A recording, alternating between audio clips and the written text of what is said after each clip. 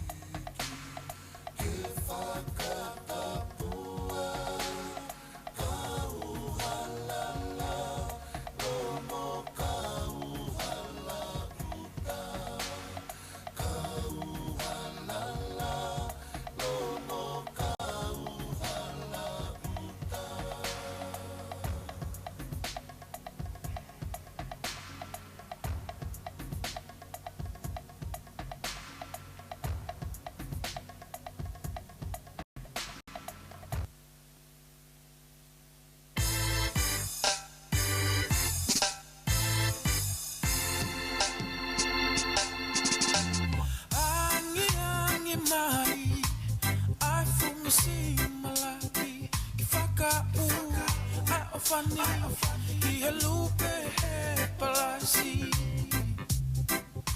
Si I lupe o Tonga Mano I he kolope O auto Unisa Pavala fo'anga e tupe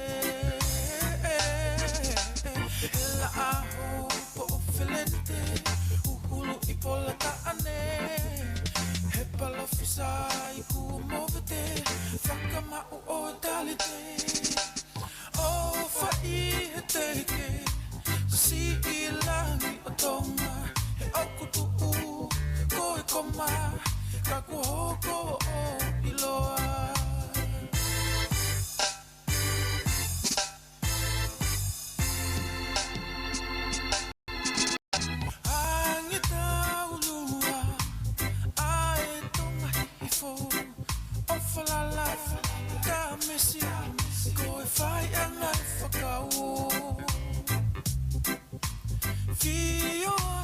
Kala, koe tumu aki omo hefo Nenga ngatu, I he loto O tu ula I he ta e mangalo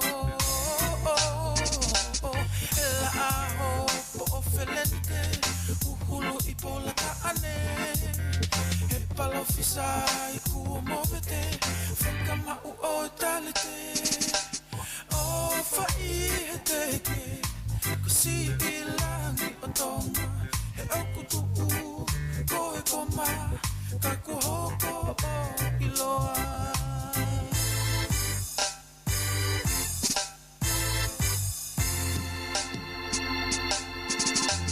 Nesika a hema Ma ili one angiani Ue ia He kakala He mausa a pakingiami Kapa isi lupe E naite o e otu feleniti E oku taku E whetau Langi maa o palataisi Oh, ela aho po o felente Uhulu I pola ta'ane He palofisa I ku movete Whakamau o talite O fa'i he teke Si I langi o Tonga He oku tu'u Ko e koma Ka kuhoko o iloa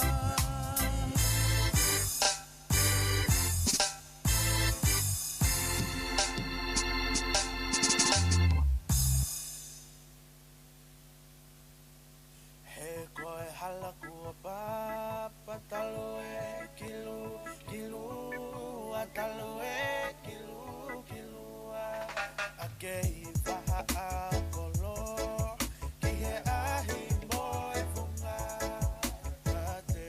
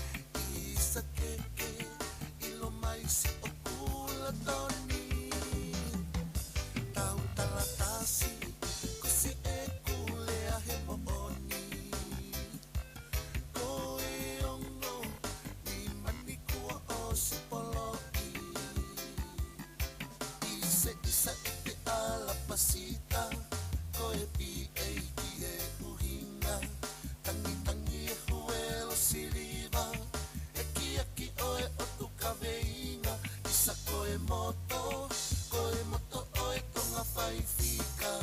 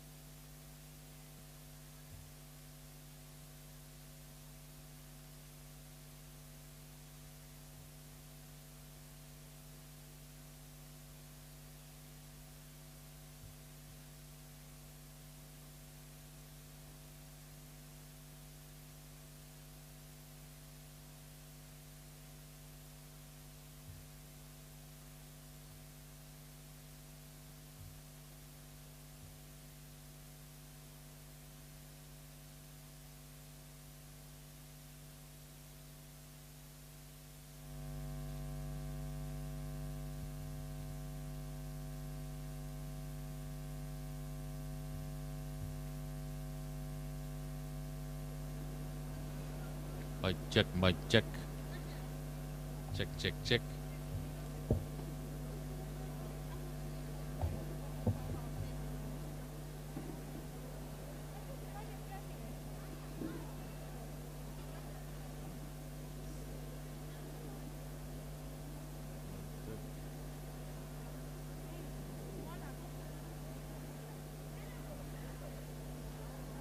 Mic check, mic check.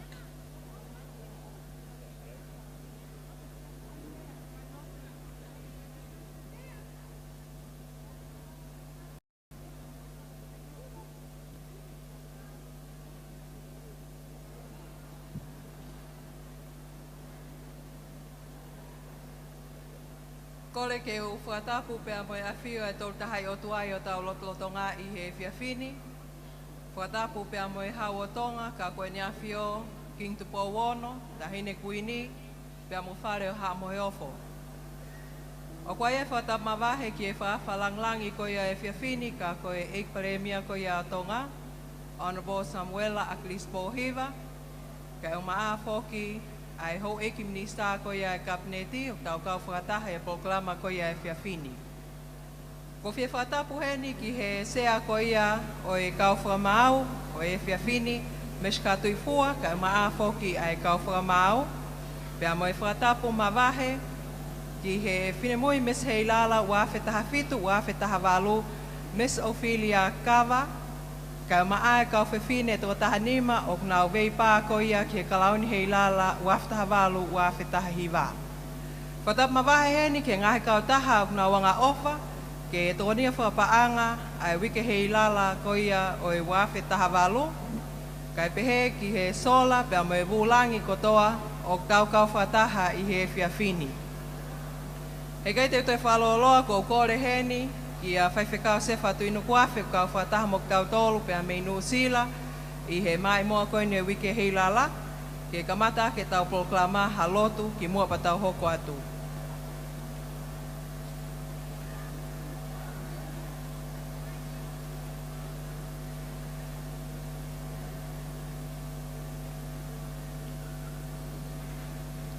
Kore beke u hufanga atu I he ngai whatapu kai kamata aki halotu. Whampe ke ulau ate ki same koe ni ke whamaunga kia e tau lotu. Same tahata walu. Whawhita I ke Sihova pe ukulele ia. Oktolonga o tae ngata e ne ala ofa. Whare o elone ke pehe e naurea. Oktolonga o tae ngata e ne ala ofa. Haapasia ki Sihova ke pehe naurea o tolonga o tae ngata I ne alofa ke tau lotu. O tua mafi koe mau tamai o ki he wane a Fiona mau whawhitai atu I he mau ilo pau koe o tua koe o e ngahi o tua koe eiki koe o e ngahi eiki. Mau whawhitai atu he ko tokai maananga ai a Fiona. Tala noa e saa me, koe mau tangutu hifo mo e mau tuuha ke toka a Fioi. Ai ngahi mea ki mua ke maurea aki ko loa ho a Fioi. Kau mau whawhitai atu ko hui koe mau mau ha o tua o ke pure au niu I he langi pepe ki mamani. Mau kore whamore ki a Fiona. Taim lahi ukai te mau ofa ke te koe aka e kotoa e mau mo'ui. Ukai te mau ofa I o mau kaunga api o hange koe mau ofa I a te mau tonu. Mau whawhitai atu nei pekia kalaisi kāre ware ke whamore ia e mau ngahi angara.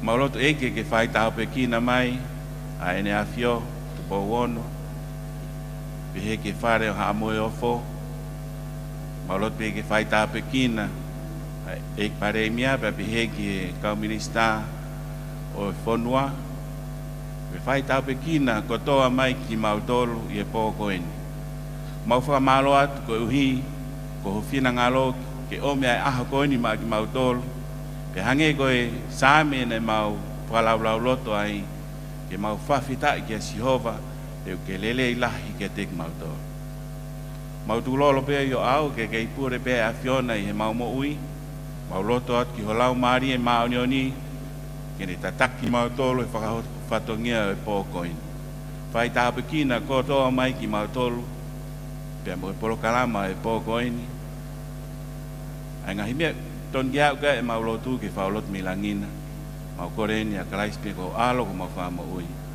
amen.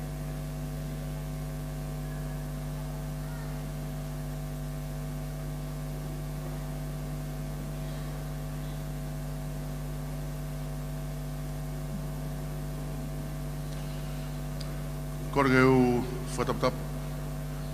fatap mo ngahi tara fatap ko si afaki ka atake motuan ke fahapato e fatongia e fiafili ko tomo atu ha fatap ki hawe fonwa to bon e foki ki he taine koini na spau to wa ato de fatap make ki ek paremia ka ko fa falanglang e fafin ka ki ngatai a moto ko to be mo hen i he fafin ko hui ko fa osinga o tau ka tonga wi ki Heilala o tau ni ko ma fefia make i he fafin ko hui ko lava ki tau fononga mai me he rock aho o tau o mai ni ki he fafin pe to pe fefi apongpongi ke fa so tau ka tonga albe taimi mo to la yang e pou a koea o tau katoanga e whawhini pau ku hange o ku iae whainga ma whana make i he motoan ko hui ko no whai pou mai ka ki ngata pehe tau kau sponsor ka koe tonga ko toa ka kai whanua ko whakaiat ko osi ia watu e no whoki mui ke horisi pa koe no ki tu takai mai pe mo tua o te hi ka mata tau ngā ue pa koe ko whare et ka teki motou te ki mo wako mai he whawhini mo no wha mo apio mamata mai pehe TV he koe nau ku aunga e tau whengawe akpe mo e tau kau taha TV koe ni tonga ni ku ata e totongi e tau programa koe he whiawhini me he holo kuin Salote ki he ngahi nofo anga pe mo ngahi api o e tonga koto kotoa pe koe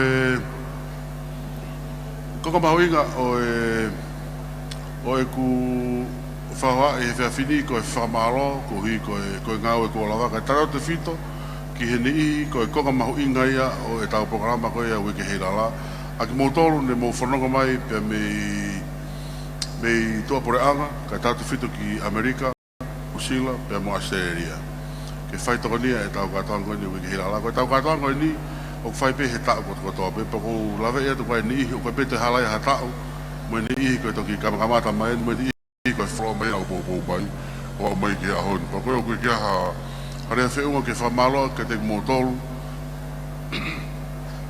ko hi koe kei o whawhanua pia mo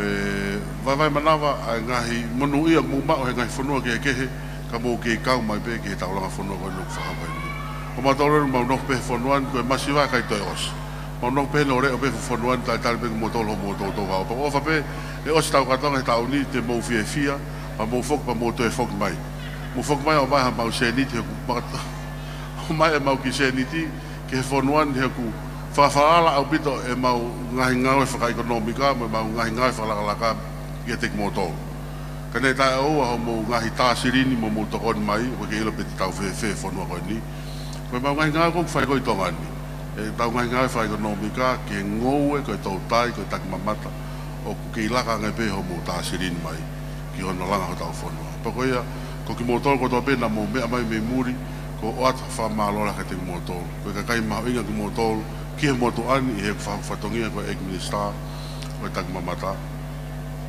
O ko ki mōtoro ko mō tatawa ko e konga koula.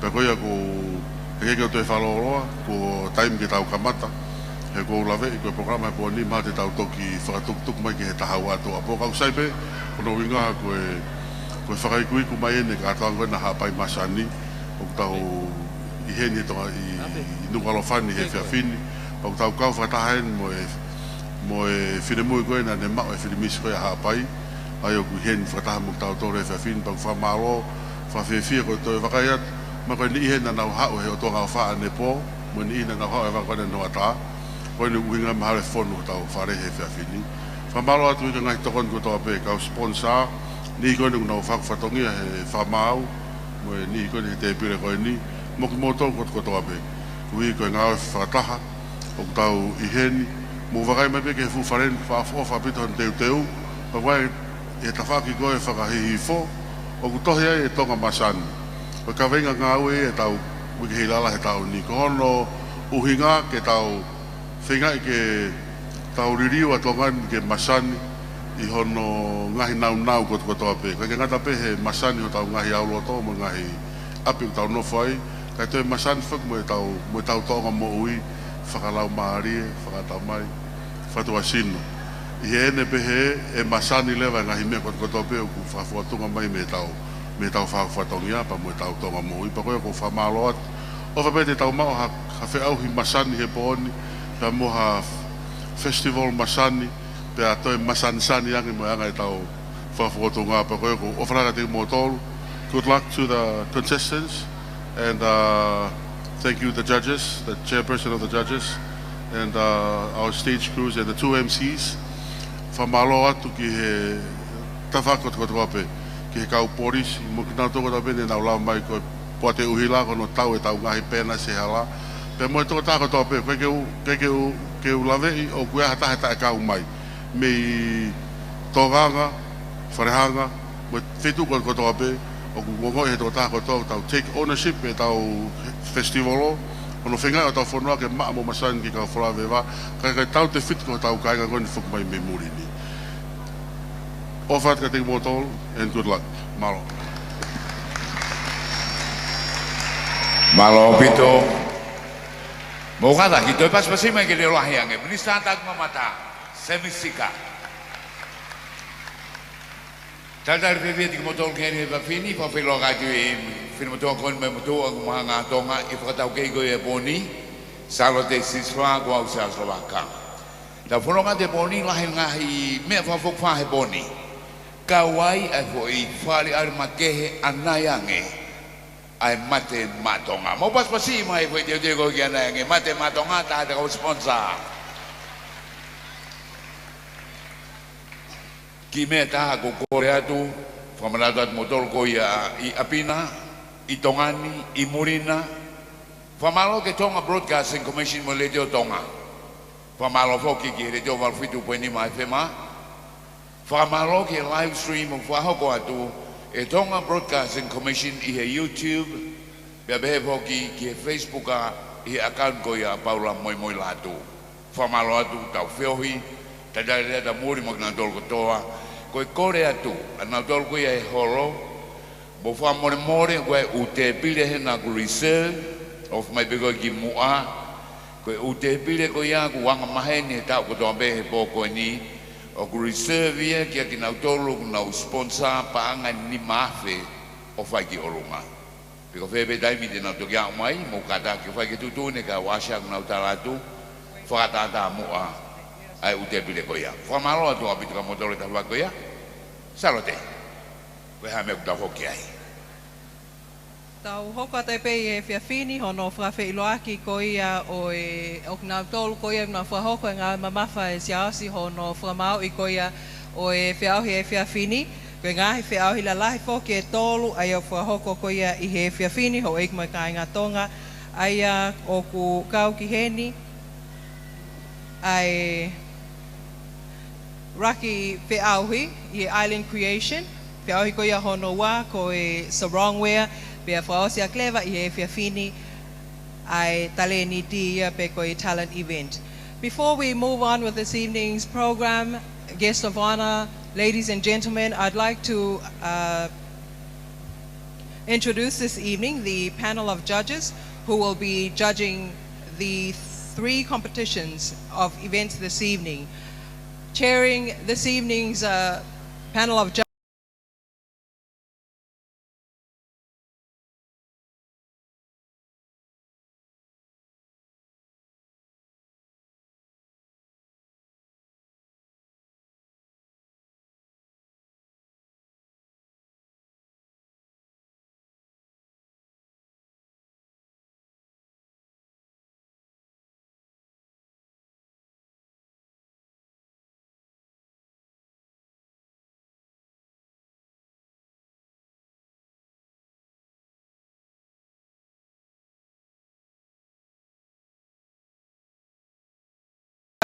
is Lee McCarthy. Leata McCarthy, I beg your pardon. She's the owner and designer of Leata Fashion Boutique and Gift Shop, prominent judge in fashion competitions. Established 2014 in Nuku'alofa, this brand has been around in New Zealand, American Samoa and Samoa for some time. Done fashion shows in Samoa, Tonga and Fiji Fashion Week. Please welcome Leata McCarthy. Also joining into the panel of judges this evening, ladies and gentlemen, let's welcome Mr. Sam Vea, who's the Vice President of Tonga Chamber of Commerce Industries, the Director of Island Customs Express Limited, Sole Agent for DHL Express and DHL Global Forwarding in Tonga, Mr. Sam Vea.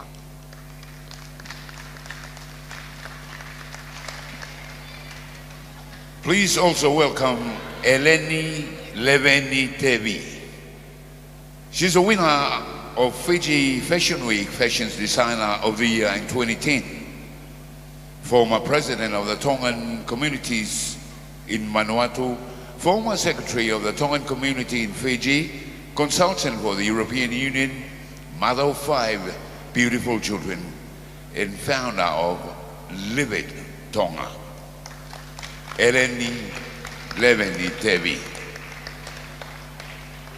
Next up on the panel of judges this evening, we have Mr. Paul Johansson, the Managing Director of Friends Cafe and a great supporter of Tonga tourism. Mr. Paul Johansson. And last but not the least on our panel of judges this evening, we have the Honorable Akosita Lavlavu, People's Representative for Vava'o 16.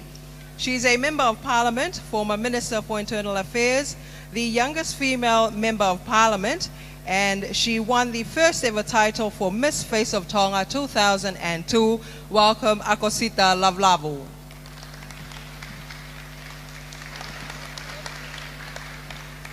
We also have auditors in here just to make sure that the additions of the points are right. Please welcome the internal auditor from TCC, the caring company, Makeleta Moala Finau.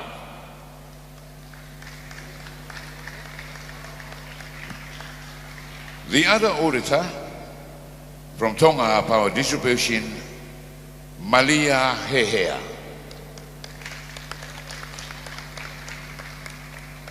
Remember, ladies and gentlemen, it's always the auditors that makes everything right. And if it's wrong, we will all be wrong. Hey girls, our opening number for this evening, the Honorable Prime Minister. Ladies and gentlemen, please welcome on stage Miss Ophelia Kitiliti Kava, the reigning Miss Heilala 2017-2018, and the 15 contestants for this year, with the first number, a contemporary Tau'olunga, to the number Halavuna. Kata ki o paspasi mai ko e Miss Heilala wafta fitu wafeta havalu, Ophelia Kava ka mai ka ofine moi, pa moi uraki Tau'olunga e fiafinike hiva Halavuna.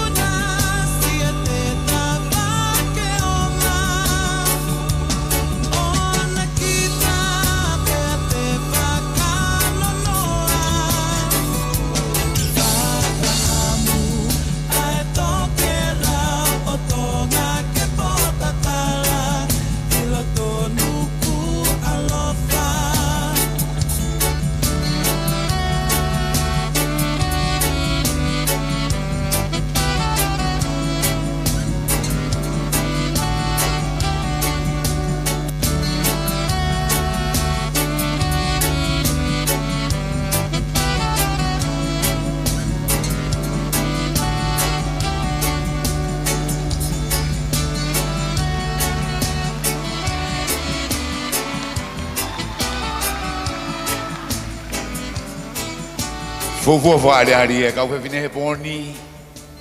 Nau fenga koe ko hai tene hoko atu ai Miss Heilala wano tawalu tahiwa. Ki mo pata hoko atu mau whamalo ko tonga pega nau tolu tokoni mai. Ko nau tokoni ulama ai o kakate da program ke poni. Koe elite sponsorship nau totongi panga tamano fai ki olunga. Mau whamalo ke Fiji Airways, TCC, Tonga Power Limited, Wai mate matonga. I he platinum sponsorship po kukau ki ai, i he mauinga koe paanga ni Mafe, koe Nishi Trading, MBF Bank, koe Tonga Broadcasting Commission, pea moe Palu Services Limited.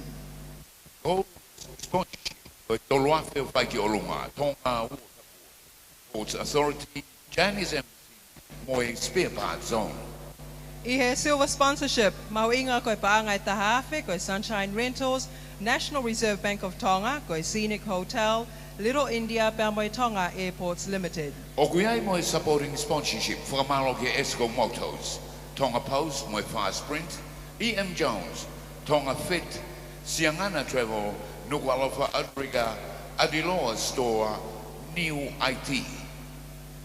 Kau ki ai Pamoe Low Maile Lodge, koe Black Pearl, Nuku'alofa Resort, Rising Sun Travel and Tours, Friendly Islander Hotel, kai pe foki ki he tali ever in.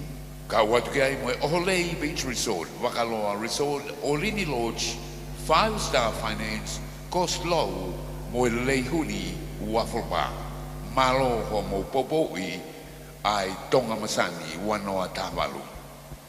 I he hokok fokoia e tau proklama o e whiawhini, i a ngahi mo meniti fok mei hene u amnaki ke tau hoko atu ki ha whaiva, pea mei he klupu koia o e Tonga Masani.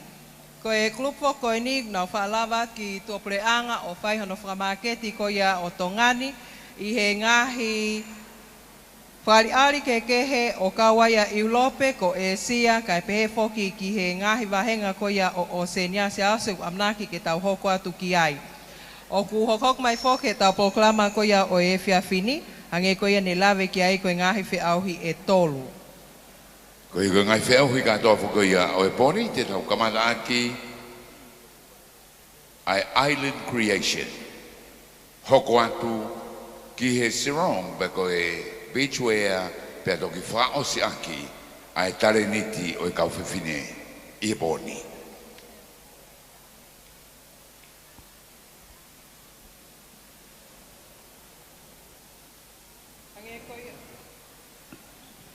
Hange koia koe la vete ausi koe raki whiauhi koe o whaihono whamaka koia i he whiawhini koe Island Creation ia. The first judging event for this evening, which will be happening sometime soon, is the Island Creation. And just for the knowledge of those of you attending this evening, the contestants will be judged on their elegance, their poise, beauty, their suitability in the island creation, creativity of the design, and also the utilization of natural resources and materials. Tau hoko atu ki he whaariari honoua koia o e whiawhini, hange koia koe lawe, koe kulupu eni, koe Tonga Masani Promotions, koe kulupu market fokeni e whonua, koe kaunga aue peni e tak mamata koia Tonga, aia o ku takeeni e Gary Pasina Lavaki, pe au kau pe foki ki heni, pe e kau ki heni, ai whiwhine koia o kune ikuna, ai Miss Heilala, ai au kau ke kulupu koe ni, ai Miss Heilala, wawhetaha fitu, wawhetaha walu, o whilia kawa whakataha pe amoe kulupu kātaki. Paspasi i mai e kulupu Tonga Masani Promotions.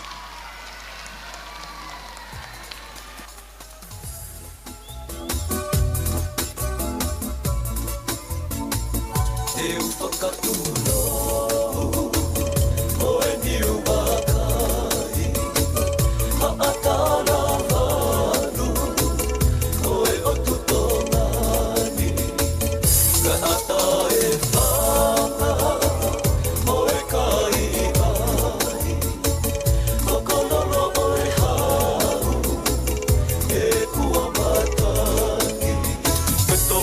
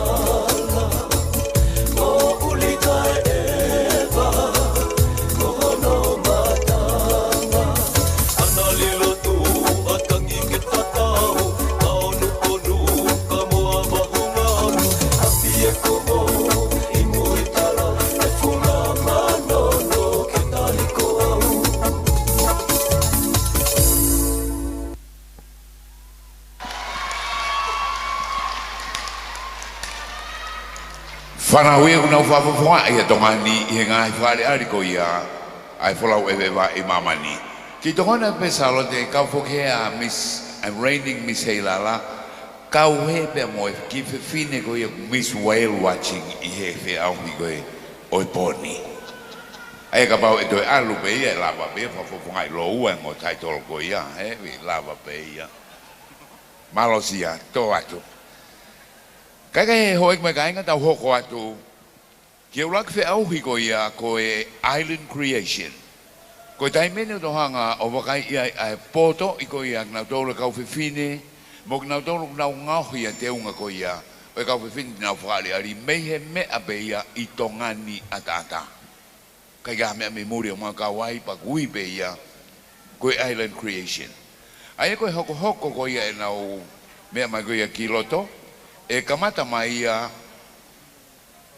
Miss Ewa mo ui taifote.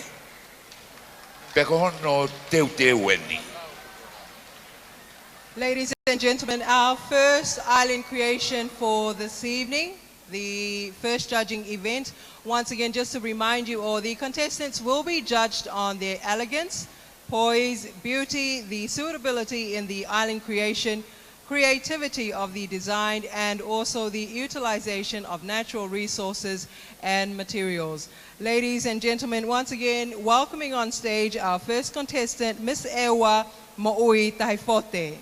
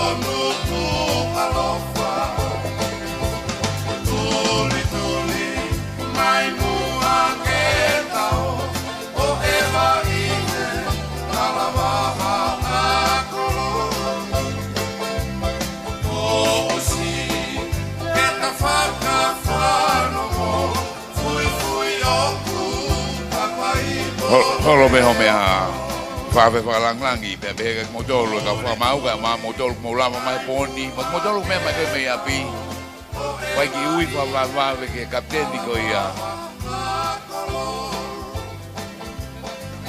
oi one mato ke whenga mai me hapai ke whai mo mai nau tahaine rako atu aki kato wheke whia mama e wakake mo wawe mai Koe katoa ngā lahi lo tonga whai hapai he taimini o whange ki ngā lulu tahi o hala e whamatala ea koe si katoa ngai whangi wheke ne ki hao me katoa ngā hapai koe whia lahi a tana tolu he poni o whaka mo tolu whanga wheke malon mo ui Koe tau ke tautari, tau toe tukoi pe whamalo ke ngai kautaha ngā whapaanga malawa ke whahokwa e tau pe ohi koe wiki Heilala. Ia elite sponsorship I he paanga e taha mano o ki ai Fiji Airways, koe Tonga Communications Corporation, Tonga Power Limited, ke o maafoki ai mate maa Tonga. I platinum sponsorship, Bangai ni Mape, Ukaukia yang Kauta Koni, Konishi Trading, MBF Bank, Tonga Broadcasting Commission, Kaipe Poki, Ihe Palu Aviation Services Limited. Kia Gold sponsorship ni tolo afe pagirona Tonga Water, Port Authority, Chinese Embassy, Moimoi Batong.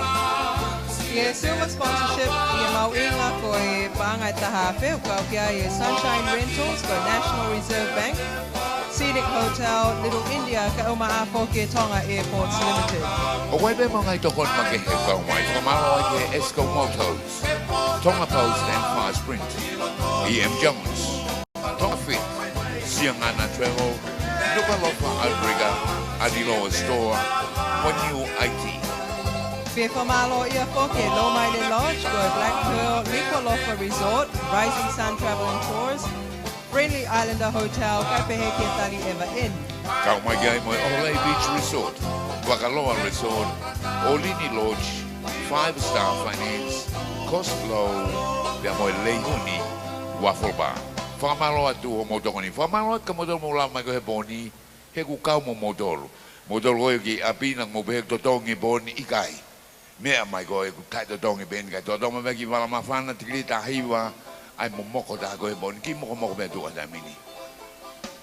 To all who are joining us here and for those of you who are watching via live stream, I think it's important that you take note this first judging event and the criteria that the judges or the panel of judges will be looking for in the contestants, which will be elegance, poise, their beauty, suitability in the island creation, creativity of the design, and also the utilization of natural resources and materials. Ko tui sia siok mahu inga mali ai ngahi nau koe ni lawe kiai. Ko hia kono whakamau I koia o e kau whewhine tō tahanima koe ni I he uraki te auhi koe ni I he island creation e whiawhini ke whatonga I hoi ki me kakai koia e whonua. Ka tau bag nau tau kau whataha heni ka pehe whoke ni I koia o ku mea mai I he live stream he whiawhini. Ko hia koe whai koe e whakamaka, ka taim koe e uiai ke o e whai haofo fo moha o vare e siaos. Riho, ko ki whehui be ni alote, koe ke kawai e ha koe me ko ngawe ke koponga koe ha kono wi. Make-up. Kono wi ia e? Koia. Ka koe ke usio ko asi e, ikai? Ko tui o ku pūmai peeni e tawhaki koe beauty, ai tawhaki koe ke lawe ki ai siaos e make-up, o ku kau peeni I hono whatonga I koe ni ihok nau tole kau whamau e whiawhini. Malo pito koe tōna pe ka motolo ko ia kau. Pe au hui pe pe motolo kau mamata mo mea mai mi api. I he osia pe au hui e tō tāko tō pe e ia ki taimi I waha ko ia ke pe au hi hoko mai. Koe kau whakamau, ke mau e nau whakamau. Tina tu whakai longa mai, pe tō hoko mai pe au hui hano hoko. Ke ria pena mo pehe pe kau ki I tuai ai. Kau whima o ki taimi I he osi ko ia. Ai whakari are e tō tāko tō pe. Ke nau mau ke kakato e nau mau e. Ko e kauwhewhine whoke tō tahanima ai ak nau wei pā koia ke kalauni Heilala o e tauni. Ke tupe mua ke te whai ha whalawlawet ke te nau tolu. Ko e uraki toko nima, Miss Ewa ko mo ui tai whote. Miss Brilliant Star ko Naomi Fotofili. Miss Tuitui Fashion ko Cecilia Viliamo. Miss Ha'ano whawhunga e man maake ka pehe whoki ke Miss Whangai Lupe. Tonga Australia o whawhunga ia e Luciane a kau ola. Kau mawa ke whika ano, Miss Haveru Rugby, ko Tensia Whau Ese po oi. Whika whitu Miss SNA Store, Ailini Bakalahi. Whika malu Miss Lady Maria, Tonga Australia, Mary Lotomo Asetaita Turkia. Pea bevo ki Miss Brexit New Zealand, Lilieta Makueta Fisihoi. Pea Hongofulu, Miss Bowes Fashion, Luana Susana Fufita. Ko e whawhawhonga whika tātaha ko ia I e peahi Miss Heilala wafe taha walu. Kau mai ki ai Miss Vila Isadora, whawhonga ieni e Mele Lupe Vete. Kau whoki heni pea mai Miss Tonga Tourism, ko ane o whapulu. Ko e Miss Langakari o e vai kopuna Primrose Malekamo, Miss Aproxis Tonga New Zealand kokalo lokotui fungantao pea pehe foki ki he Miss Whale watching ko sia I lompe au tui pulotu. Ko e kau pepine ia e toko tanganima ko nau loto lahi ke nau kau mai I he veipa ko ia o I tauni pe hangepe ko ngai whamalo ia se ase kuai ko ha mea sisi ai kau mai ko ia kai maa ai loto to pe amoe loto lahi pe unga ai whanau pepine ko ni ke nau kau ki ha pe auhi pe heni ai au pai hono whamau I he tau kotoa. Ko e Salote ko ata pepa mo e popo aki. Ki he taha kau whiwhini ko e nai to tonu ke heni he poni. Ko e kamata po ke uike Masani o taunina whakahoko ki hapai Masani. Ka koe ui ko pau ke wholau ki siaina ke hoka te whengako. Ka ko mai pene popo aki ofa. Wa te popo aki ofa ke tola ko ni. Kamana I tonga ni me e kau I he auhi ko ni.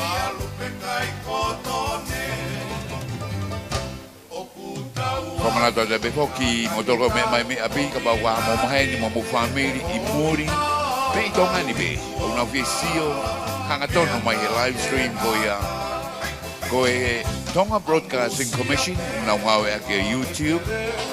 Ko Facebook ko e account ni ko ia a Paula Moimoi Latu.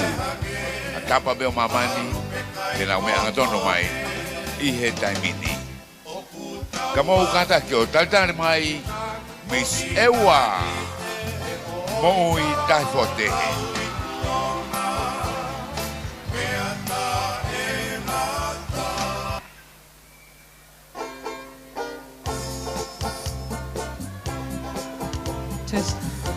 Ko e teunga ko e Island Creation e Miss Ewa Wafe Tahavalo, Miss Moi Taifote. Ko le ke uhufanga he whakatapu ko a whaki, kau lave atu ki e teunga Island Creation o e Miss Ewa Masani Wafe Tahavalo. Ko e teunga Island Creation a Miss Moi fo o Taifote ki e poni, o ku ngauhi akia ai wheta aki, aia na I whakapapa, pia opo e ene whangawhae I putu ewa, pia tui pia Masani e kauwhine ewa me funga whanua. Ko e konga ki mua hono kofu, o ku tui ai lafo pia moingi e sniu e funga whanua, pia teu aki ai kawhapulu, vana pia fungani aki ai nge stofe, pia mei he paake whawhanua o e vai whanua e wā. O ku paake poki ki ai pia moe whalalu, aia na e bilo, pia ta o pia mei kolomaire, aia na e tā pia tānaki e ni mei he liku koia o e wā. Pia koe makehe angi koia I hok teunga, ko hoku pālu aia ki hok whatawhata, pia mohoku tua, he koe koloa pokia ho mau whanua, ai akau koia koe alu. Ke tāwani, pia kupenga o hange, koe whala o hina pia mo sinilau. Ko hoku ngā, Ia e tamua, ke uwhaniwi aki he tau langa nā whanua. I whani whok mo ia, I he tami ko ia kau wholau e wau e mamata. O lava ke kuesi a Ngi ke pua tari wha ewa. ko hono sei, o kauia, o whakalose, pia mo e tai pau o e funga whanua. Ko hau, o ngauhia pia mei he paini e stofe, pia mei he whawe. Pia ko hono su, o teu akia ai wheta aki. Alo au pito ho Kai a paspasi I me Miss Taifote.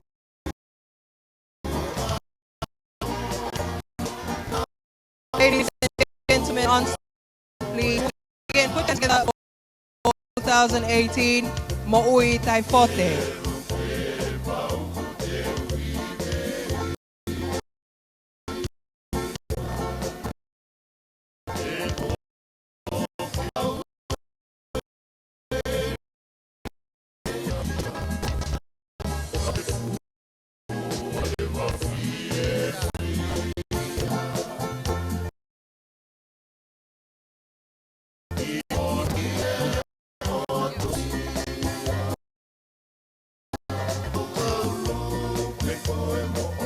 Ve'auhi whikawa.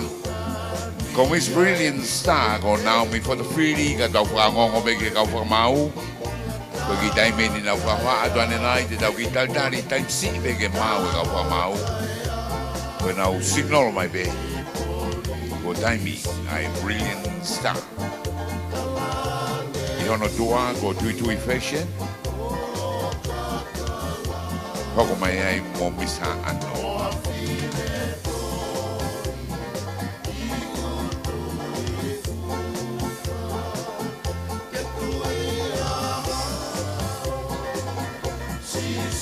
Ladies and gentlemen, on stage we have Miss Brilliant Star Naomi Fotofili. The island creation for Miss Brilliant Star 2018, Naomi Fotofili. I would like to acknowledge the presence of God in our midst, the guest of honor and its committee, the judges, to the gorgeous candidates, and to the ladies and gentlemen, greetings to you all.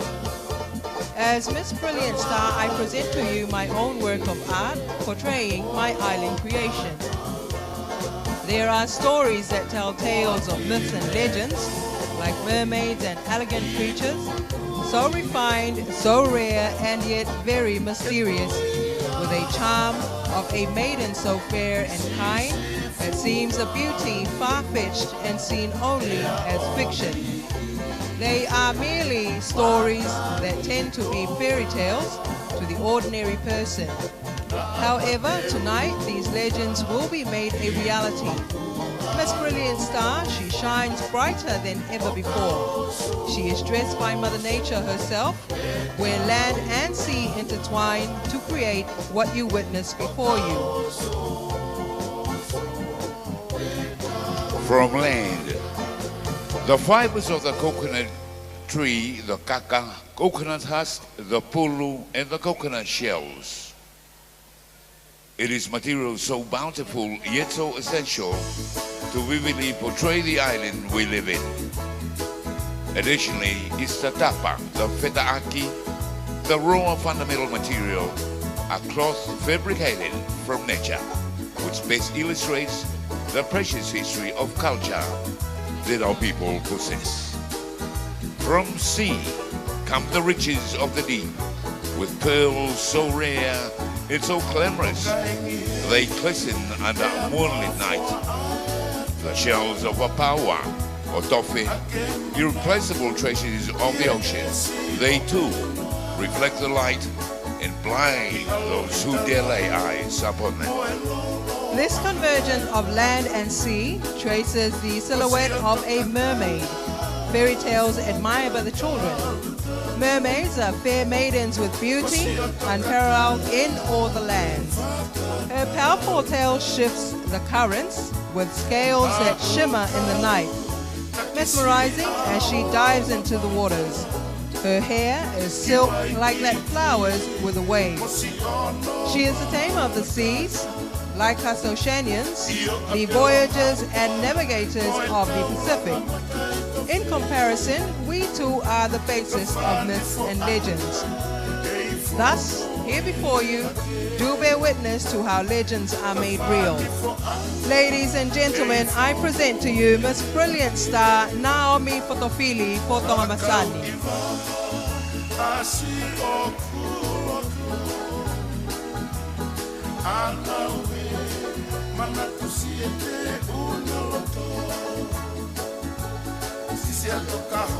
Yeah.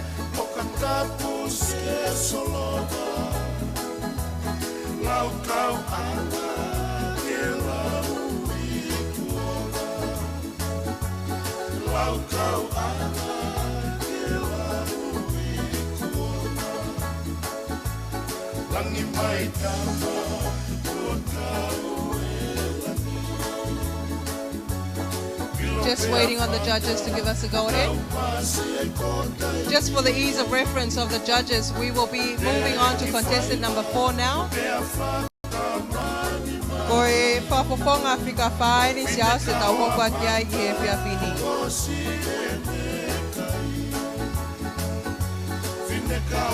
Te tau hoko ke whaponga Afrika whae.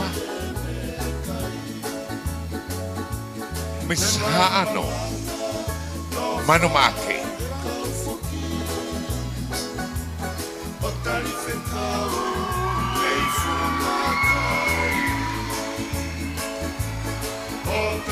Watuloa tu ki e hawhanga, kai tuku ke hualela ai teunga o e miska wai ha ano. Isa koe aho o e ware ia tama, pea mo e taktaha whakahaha hono nima mea a, pea mo e ene e whnanga pea mei wharehanga. Ko hono teunga na e ngaohia pea mei he ngatu, he koe mo ui anga ia hoku ka inga pea mei he hoi one one. Ko hono pulupulu, ko e amusi ia, pea mei he api ko holewa. Pea whakamatai akau ake se e tahine ko Heilala fisi iniu. Pea ne omi ke ua au ngai i he wike Heilala ai Tonga. Ko hokureta na e ukupia pea mei he whanga ko mau. Pea hake o lanu i he vai ko kanakana. Ngingila pea mo whetapaki, he koe maanga ia a perehuni. Ko hono tofe, ne ukufia me mui whanua o houma tetepe. Me haka lanu, i whanga i si, mua whanga wharikparo. Ko hoko pure taha koe ngatu uri. Ko ea mua moia e whanga koe mi moe tau. Peto ka whawhautunga mai. E ku whangata mai, he kona utare ni tia, se uke. Ko hono lopa, ko e tori ia, he ku whangawha e tangata, pia ame o tata o me tauranga whare mei, o toki whaka ala ala i he piki ko ia, pia vela, he ko hoku unga anga ia, isa. Ai fuka hoe ua, e kai ngalo, he koe ngawe he ku whangatau ke te, ko hono bilohi, mo teu teu ki e vere kaha. O iau, kua utoki laukau he hawhanga, he koe ahonia. Pea o hawhanga ofa ki e mātanga, koe ngā ue ia e whangawhae, pea mei he maka ko where unga. Kai pehe ki o ngahi eiki māma, pea mei he vai ko kanakana, pea moe hauma te te whā. Koe kawha, ho te unga, koe whapolau mai eni, pea mei he tawake o wailahi, me e whanga kui i muka. Seuke, hou kahoa, koe tuia e kui, pea mei he kolo kakala, pea o mai keu ete aki i he aho kātoanga. Ka taki paspasi i mai, misha ano manu maake. Habai Masani. Ladies and gentlemen, once again, put your hands together for Miss Manu Maake, representing Miss Ha'ano.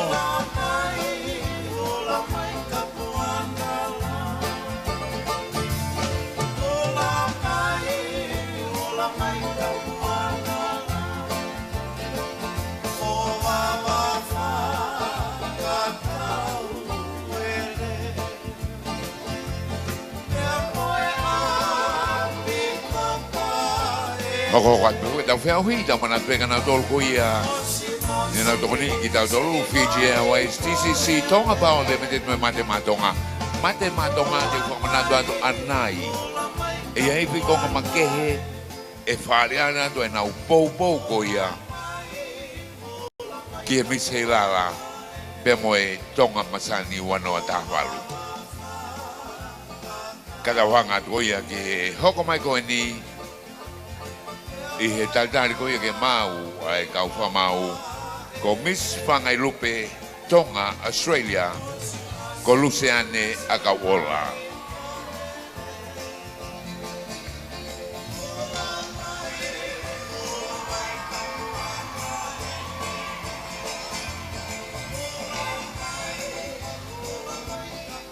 Ladies and gentlemen, on stage this evening, we have Miss Whangai Lupe Tonga, Australia, Luciane Akawola. Tulo, please allow me to tell you about my island creation. My island creation is based on our coat of arms, Pesila o Tonga. Tonga was united under King Siausitupo I, who then orchestrated the formation of the first formal government as well as the coat of arms.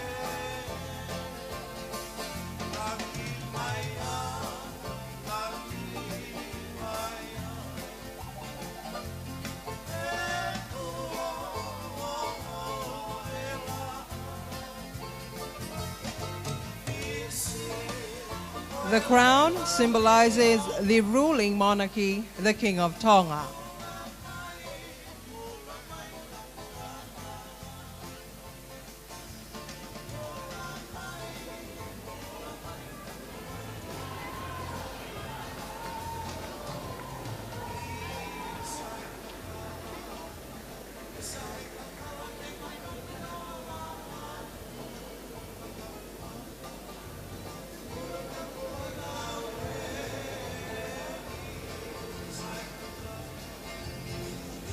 The three swords represent the three dynasties of the kings of Tonga, namely the Tui Tonga, the Tui Hatakalaua, and the current Tui Kanokpolu.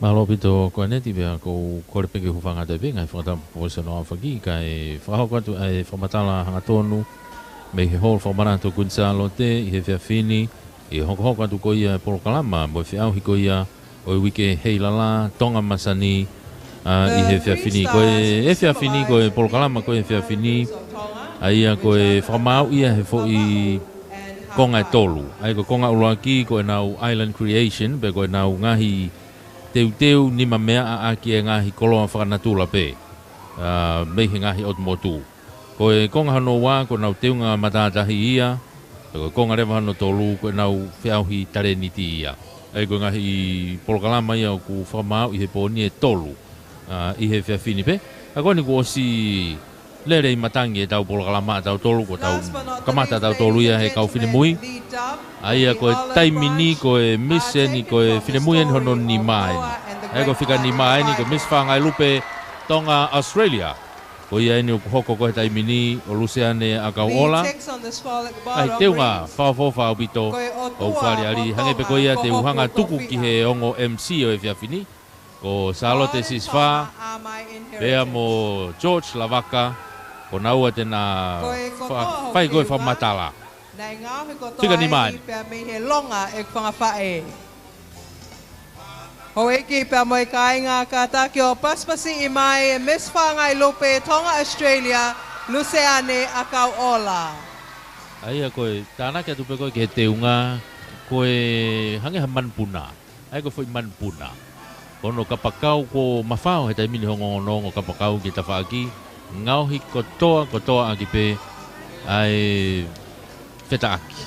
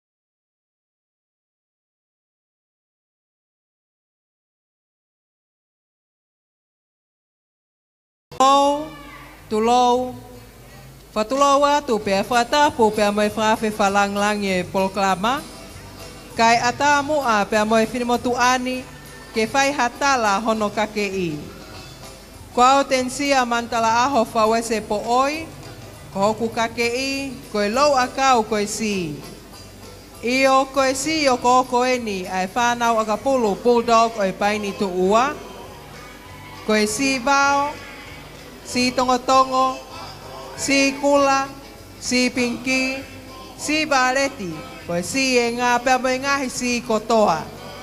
Nai ko si eni o fi, pia lanu mai ia, pia mei he vai, ko poko ua, pia mei he matawhanga o e pāke ko latai le wā. Kataki paspasi I mai e Mr. Velu Rugby, Mr. Nsia mantala aho whawese po oi.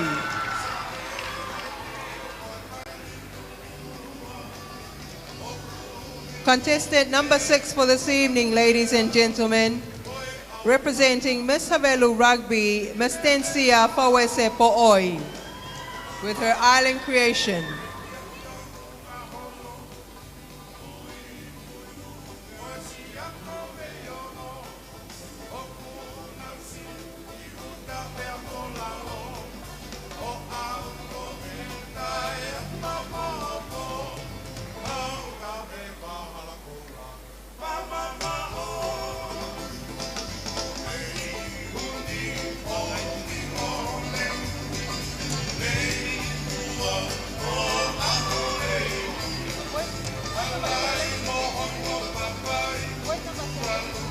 Koe kofu foku ngahea ke ngahi si ka ku tui beo hangi ha kofu be. Once again, kofu loa.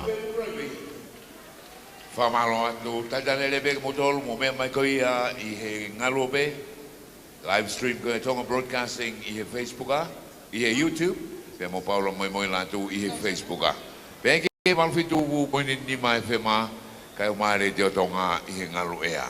Taitane lebe motolu, Fedo be mo ye makabang mo ito ay tamen be mo kay fa mo e mo magi he holo kun Salote to magi wala mafana holo e fo mafana tan minito age tigri ta iwa ki mo ko ai poni ka ho ko fo ke ta o proclamane poni go la ve tu tola he ka bobo ni ngai o ka fe fini ko to be kuna he ni poni Salote ke me fa fi ta mo kai go ki ai na o hen tonu Peke mamata ko ia me muri ka mape ngai fituke I Tongani o te taldalere ki motolu. Me he Heilala Festival Tonga Masani ua noa Tamalu. Hoko mai, Miss SNS Store Alini Wakalahi, SNS USA Store.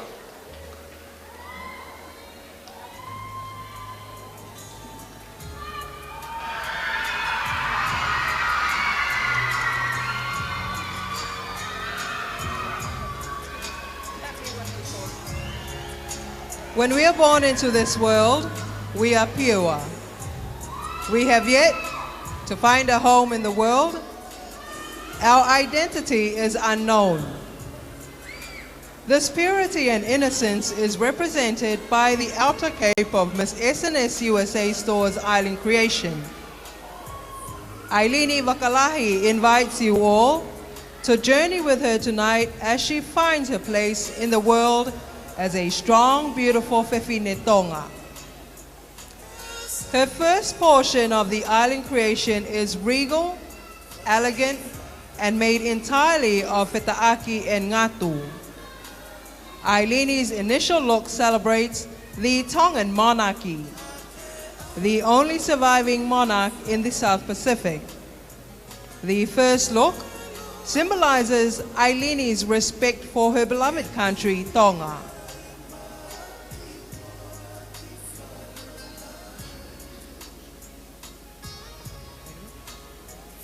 She removes the cape to reveal her second look of this intricate creation.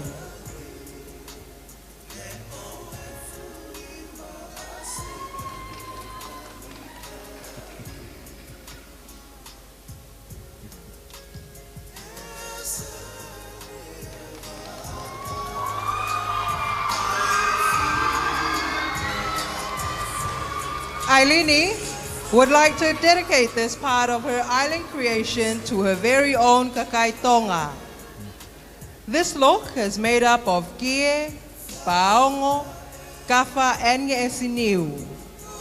All of these treasured materials represent each and every one of us here tonight. We all serve many different roles in our communities. However, it is most beautiful when we are working together. The diamond-shaped gear have been embellished with pieces of nge'esiniu. These scattered pieces represent the many islands that make up our kingdom. They have been sewn together to symbolize the unity of our islands. Ailini continues her journey of this look by removing the upper portion of this creation.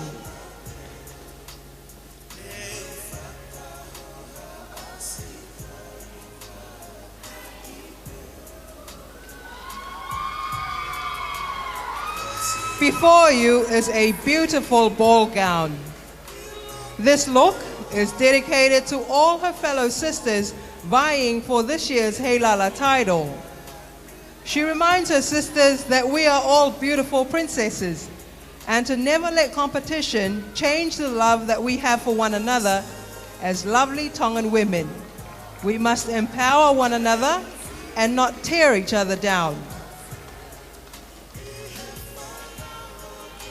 Finally, Ailini reveals to you all her final look by removing the bottom portion of the ball gown.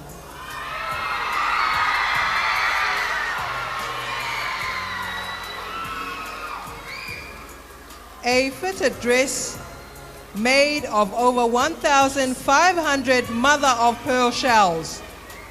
This was hand-sewn to fit the curvatures of her body. Time and pressure are both required for pearls to form. Ailini believes that with time and pressure, she will continue to be molded into the virtuous pearl that God has called her to be. This inner garment symbolizes her past victories, failures, and experiences. She does not allow them to control her future.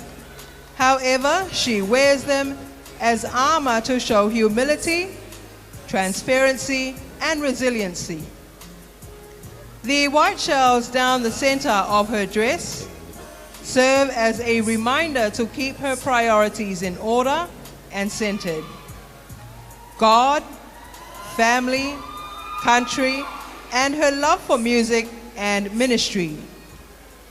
Ailini's headdress is a crown made up of mother-of-pearl shells, tu'aniu and pueki, to celebrate the past, present, and future leaders of our island kingdom.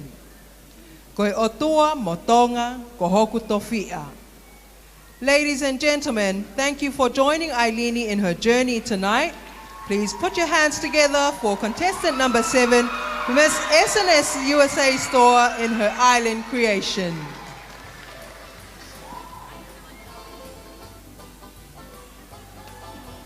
Whakawhawha pito ngahi te unga. Alu koe ni o to'o pe ngahi kongkong ngahi te unga. Auri whape ke fo i te unga whakao si pe. Pangeha te mamata koe ki ha uno haika. Whakawhawha mo ngingila. O e teu e ki koe ngahi nge esi tofe. Ai kofu whakawhawha ko ni whatawanga pe mo mamata mai. Ko e Tonga Broadcasting. Live stream ia pe foki pa kulere hangatonu ia he TV. TV Tonga. Pea ko Paula Moimoi Latu, lera tu e Facebook.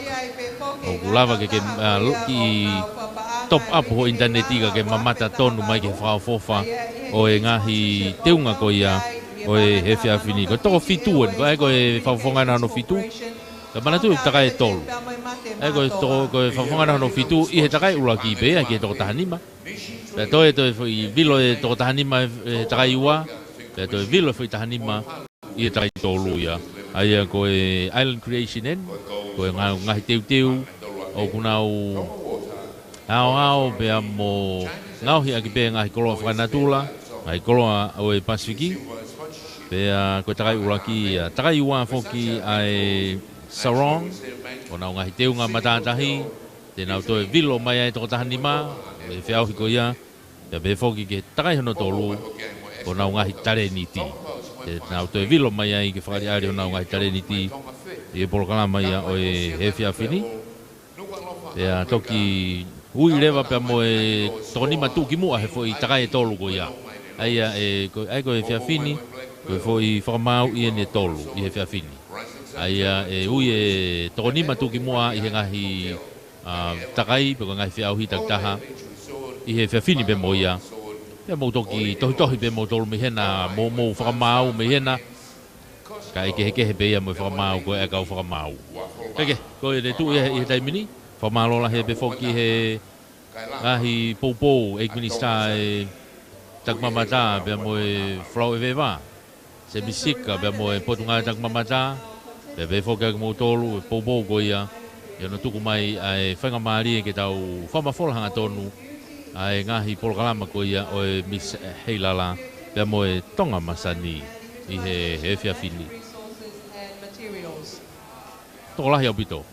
Holo whamana kun Salote e whiawhini, o ku toe tokolahi ange ai whiawhini ia. Toe tokolahi ange whiawhini, whonu au pito hange peko whotutu koe, kai penga te pire koe ki mua, ki e kau sponsor. Pea koe vau anga maari e koe holo ki mui koe ngai sea, ka ko osi maopo peo whaki ke holisi katoa, ai no fo wa umai ne ke matawhaki. Ka umai ko matawhaki, pea ku toe takai mo tua ia, toe matolu mai pea mo e tua he ngahi matapā, hange ko hana wasiasi, ai kau mamatau, nau toe tua pe me tua, neo ko momoko, kau nau kei lava mai pe ke kau whakataha. Tau ki tuku he ke ongo MC, nau ki whamatala ia tō nau tolo e te unga. I he whiawhini koe Lady, koe Miss Lady Tonga Maria Australia. Mere loto mo ua tukia. I sene Australia. Aia koe keine wha. Kai pe foki ki ngahi lanu koe au ngawe aki. Koe lanu ke kehe e wha. Koe uli uli, siliva, hinehina. Kai pe foki ki he lanu koko. I hono kofu, aia koe whafofonga ia, ki e kei puke poke ko ia, e he whine muini, e wha i ka vei koula, aia koe whapa apa, koe mamahi i mea, loto tō, pea moe tauhi wā. Pea kanoni ak fokieni, ai nofo lelei, he koe tonga Masani mo oni ia. I oho eke mai kai ngā paspasi i mai Miss Lady Maria Tonga Australia, mele loto mo ua se taita tūkia.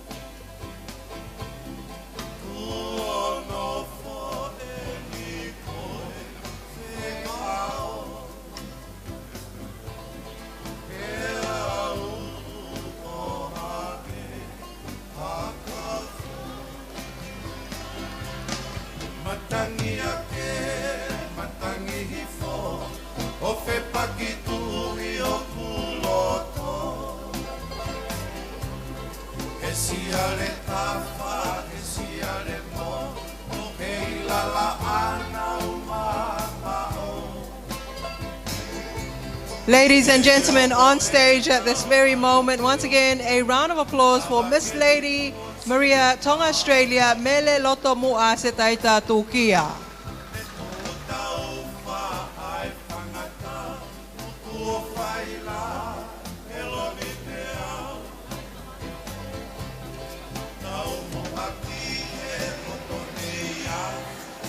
Ke ho ko te ke tau whea hui ko ia he Island Creation, mo tol ko ia mea mai me api, mo tol ko whanau mai radio, baka mata mai he live stream.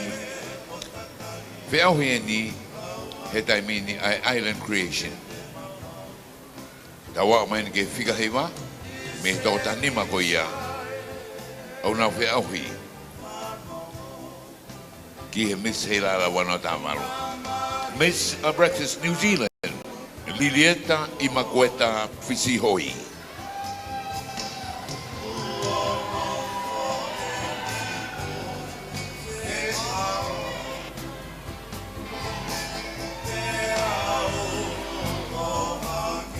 Mr. Proxus New Zealand, Lilieta i makueta fisihoi's Island Creation outfit for this evening. I proudly walk amongst you all in my Island Creation design, which is of a handmade woven cocktail gown. This is to signify Tonga Masani Sani mo ma'alahi. My gown is a two-piece outfit which is made from the local kie Tonga, in which was specially woven kakoi for tonight's special occasion ke Masani pe a Tonga. The gown also comes with a floral touch of black and white roses from the local Fetaaki tablecloth, which are tied to a kie woven belt to symbolize a kafa of Ofafonua, Mateaki, Mamaheki Fonua, and above all, Whakapapa ai Tonga.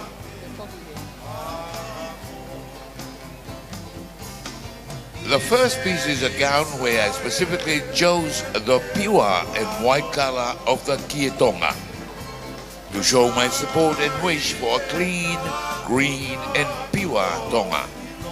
For a Tonga that's clean with crystal love and care. The gown is woven kakoi to show a style pattern that signifies lines of beauty, warmth and love for Tonga. The second piece is the headpiece. This encourages us all to stand in unity as oneness and as the only kingdom in the Pacific. It is also made from a touch of Kia Tonga that is woven and designed to complement the beauty of the kako gown. The headpiece symbolizes a Tonga Masani that is reflected how we think, how we speak, we act, and how we love our dear country. Ladies and gentlemen, please put your hands together for Miss Aproxis New Zealand, Lilieta Imakweta Fisihoi.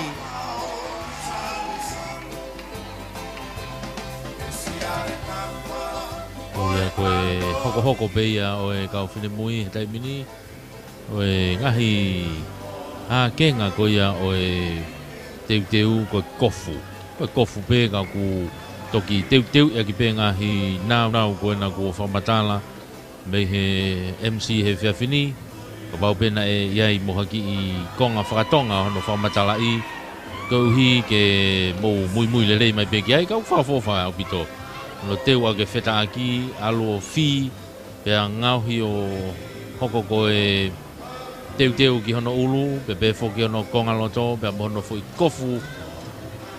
Ai ko ngahi kofu e whiawhi, ngahi evening gown be, ka oku teu a ki pe ngahi koloa, ngahi nau, whakanatula, I he Pasifiki. Whawhawha pito, ai ngahi teu ngā.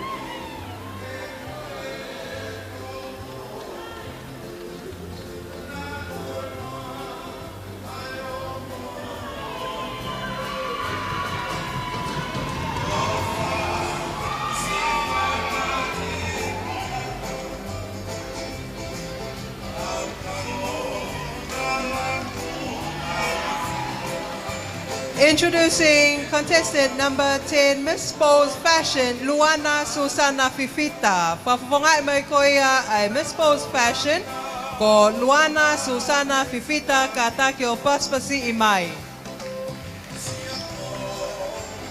Ka moi afia e o toa tau loto nga whatampu o ki vuni walu o loto tatau. Peki hou eiki mo haata. Peki he matanga kai atamo ki ulawe atu.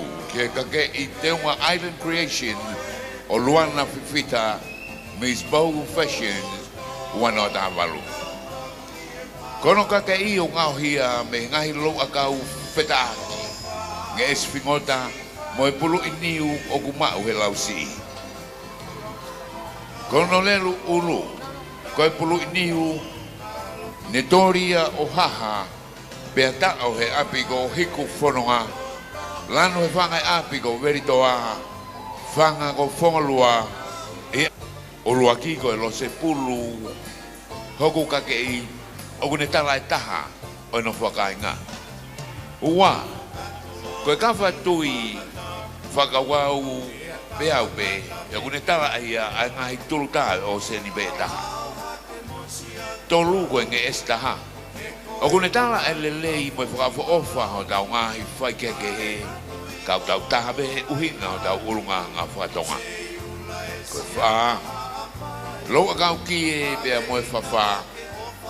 O kune tala e mahu inga o e ātaka I ki wholau e wā. O ku hoko koe mo ui anga ki e kakai Tonga. Tonga Masani, Tonga Feofo Fani. Moutatari mai Miss Luana Susana Fifita, Miss Bows Fashion. Koe teu whapitohange pe koe ko whamatala koe ngahi lo akau whetaaki. O ku whai aki ai teu kofu evening gown pe koe kofu e whiawhi. o kuto ai le mai pulu o fafu to poto hanga whakatoti toti aki ai kofu mo nima e ko ngai ta ka ko ta fa ke ta ha ku ki ai pe ka fa line pe fa fo fa pito pe to ki tu leva i he vai o ko ya e o ta fa ko ni nga hi fo i matala i tofe fa fo fa pito alu ki he ko ki la lo ko no kofu te whakalolo aki mui aki benga hi lo akau o si whakawea ave pe. Wheau hingo ia ai Island Creation ki e mise la wano ta walu tahiwa. Hoko mai he pika tataha Miss Mila Isadora Mele Lupe Vete.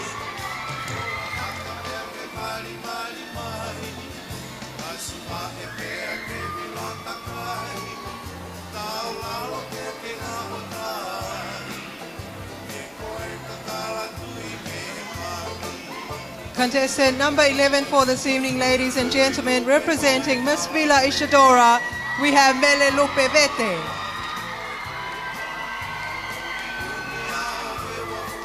Whatapu ki e whuka o ke viringia, kai pe ki e whawhe whalanglangi o kmea, ka whamau ko miti pia moe Tonga kotoa. Tukpe mua ke ukau i he pue, ke lava hoto whatongia ki e hau o e otu wherenite. Ko hoku kakei, ko e pulu whakakuini, ka ko e whakataipeni ki a kuin Salote tupo utolu, pea moe kuini whehuhu o e otonga, aia ko unga whonua. Na e oko ia he eku whangakui, pea mei he ongo haangana, pea motonga leleka haapai, o aikona ki he vai ko kanakana, o whafolau mai eni ki he siare Heilala, me iai ki he louto kaiano, o nau me e tuu aki ki he kolotau ko hure, pea whani fo mai e punga whonua, o nau whate fua o whalute katoa, o nau tuu lai i he sia ko veiongo kolomotua, o fatu fua muaki hoku teunga, he ka e maa i moa uri ia ai ongo kuini kua unga whonua. Pea koe whekao mahu inga ia a hoku teunga ki a koe moa upe whine Tonga. Ke ta ngā wei hota whonua pea moeta koloa. Ke oua na ata nofo masiva pea moria hota tau whatunga motua. Ko hoku pulu na e tu ia pea hai pea whakamau ki ai e ta koloa whawhonua. Ai kalasi kehe ngā tū pea mohono kupesi. Ko e ngahi lou akau, ai au whatu aki koia e tau whariki. Ko ipu kawa pia mo ngahi koloa o e kau nima mea a nau koia ki ngahi lolo. Pia mo e tau kahoa kakala, ko si eku kuku ia, ma ki tau a whewhine Tonga. Ki ta whaau ngai ai koloa Masani i hota whonuani. Ko hoku kahoa, ko e ngahi foi matai tofe pe pearls ai ana e ukufi ia, e whawha e tangata pia mei he tuariku o e foi one. Ke fungani aki hok fofonga, he haha molofia e ne taka, ke ewa aki pia mohoku o whaanga. Pia koe mu aki hok ulu, koe tofe, pia ko hoku kofu na e tui pe ia ki hok manako, pia toki tui whawa e aki e ni lo akau, mo e paongo, koe kie, na e haka pia tata o he whangawhae, koe lo akau eiki, aia koe fua whatongia ki haa mohe ofo, ke talai hok Tonga pia mohoku whakaufu ofa. Koe toenga hok kofu, o ku whanau aki e taia moni mo e siwerio o seni, ke u whamanmani aki i e wike katoanga, pia hiku aki hatua niu mo kie ke mahino hok whaunga. Leveleva e malanga kau tatau atu Miss Vila Isadora Mele Lupe Vete.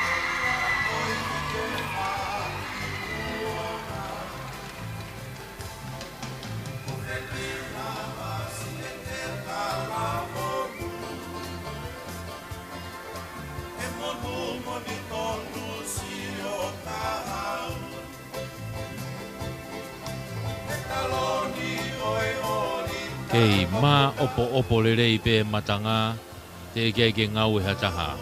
I he hoko atu koe ni e whiawhini e whafofa. Ai mamata ka kai ke ngahi teunga. Ai koe ngahi teunga whafofa mōni ko teu I. Aki pe ngahi wheta aki.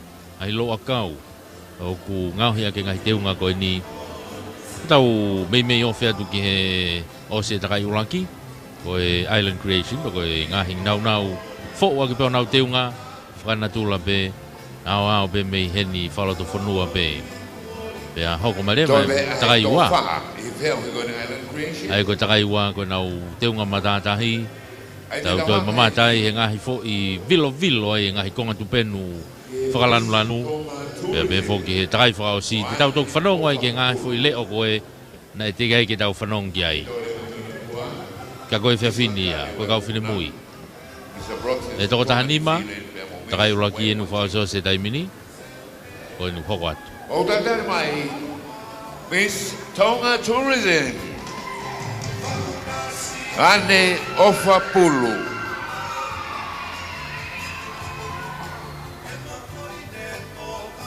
Whatuloa tu pea moi hawhanga, whatuloa tu ki e mātanga.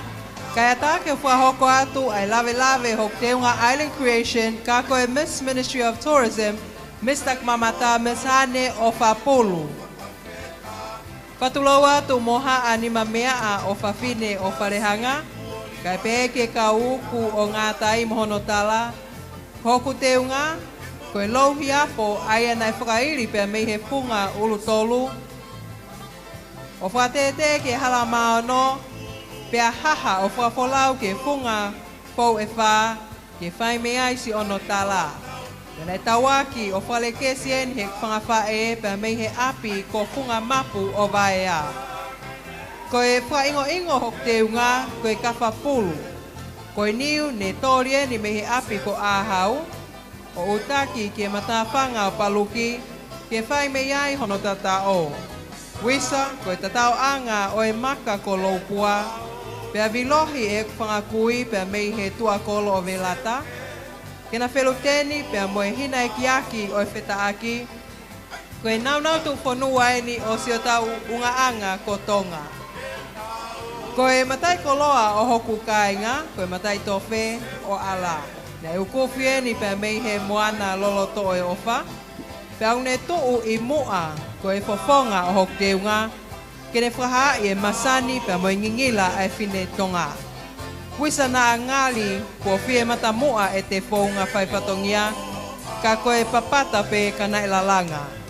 Io kokofu koe whamolmaluia a hok tupuanga, koe nima o e whakapa he koe nofo a ka inga. Pea koe fungani I hok tua, o ta ingo ai pea e ka whapulu I he whetaaki, koe wike oua na akuta foki pe te usi tua mei hoku tukwhaholo, Kane pipiki pe I hok tua, koe whamanatu hoka kai ngā ue mā te aki. Ko hoku tekteki, koe matalai e whanua, koe whailonga o e māma pia moe ako. Paspasi mai e Miss Tonga Tourism, ane ofa polu.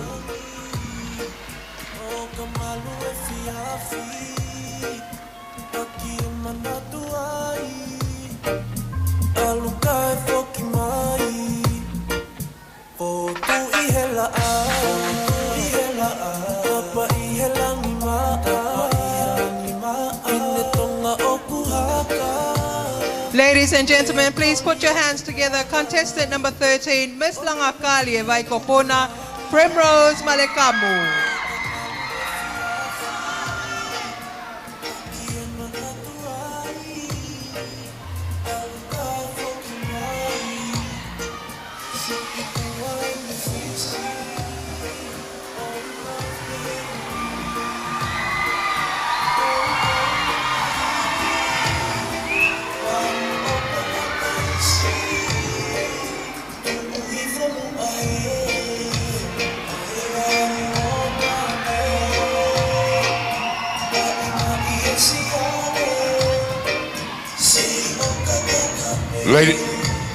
Ladies and gentlemen, promoting locally the need for awareness of global issue of climate change in Tonga, symbolized by an oceanic wedding gown made from scales of the fish known as the parrotfish, or the local fresh ifo and ngako loloi fish, the hohomo.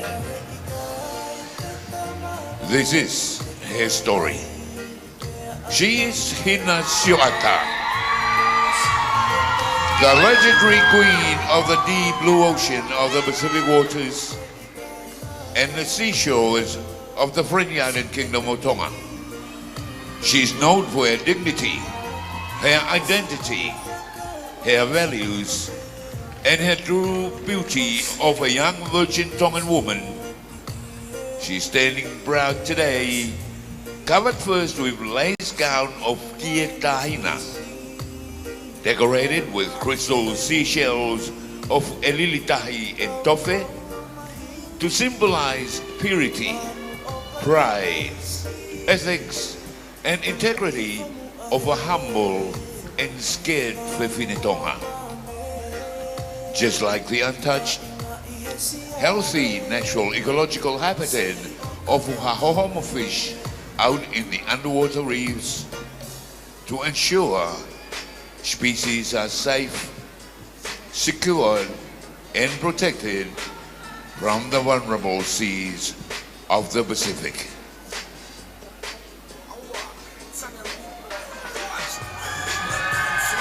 Then comes the one special wedding day. She's groomed to befit the outside world.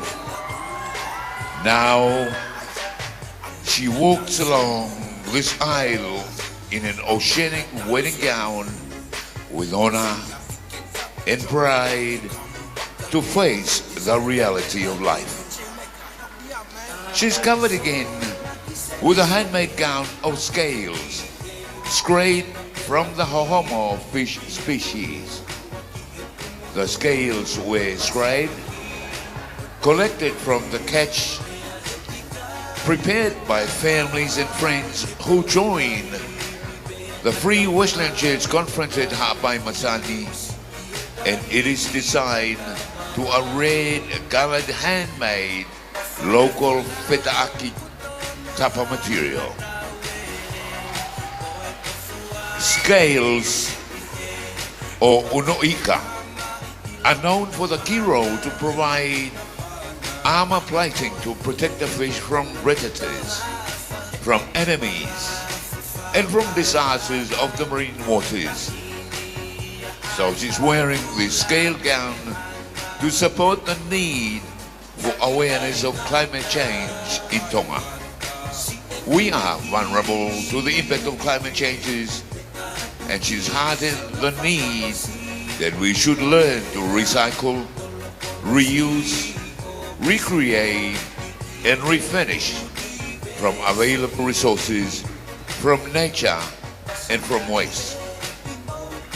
This fish scale oceanic wedding gown comes in 3 pieces. First, an off-shoulder fish scale dress with a lower tail fin flares, symbolizing the legendary queen, Hina Sioata, swimming in the warm waters of the South Pacific. The lower tail fin flares are also layered with scaled blooming flowers of the blue ocean. It is my wish and dream that the marine environment are protected, preserved, and saved, not only for Tonga today, but for Tonga in the future. Second, the wedding bridal bouquet, also known as bouquet, again, made from fish scales. The bouquet is my ultimate accessory that signifies the natural beauty of the marine ocean and a touch of romance to my wedding day. It tells my past, present, and future. It signifies a new beginning, fidelity, and hope of fertility. This brings hope for sustainable marine environment in Tonga. Third, scaled headpiece. I stand tall with my crown and say, Otua Motonga Kohoku Tofia. God and Tonga are my inheritance. I am Tongan and will always be proud to be a Tongan. Nuku'alofa. Miss Langakari of Vaikopuna, Primrose Malcolm.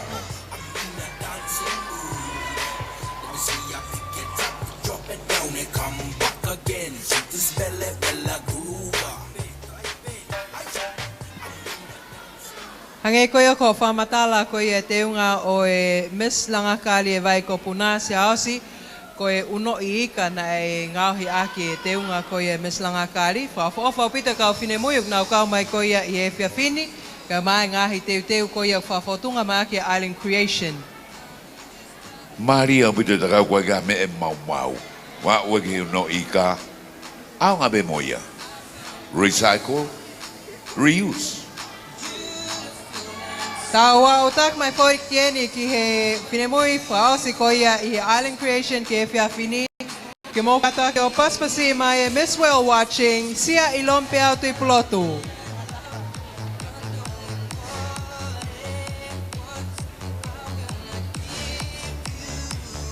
Sincere apologies. We have two contestants remaining this evening. We have Miss Well watching sia ilompe au tui pulotu. And we also have Miss Tui Tui Fashion remaining, contestant number 3, Cecilia Villiamo. Once again, we will have on stage Miss Well watching Sia Ilompeau Tui Pulotu.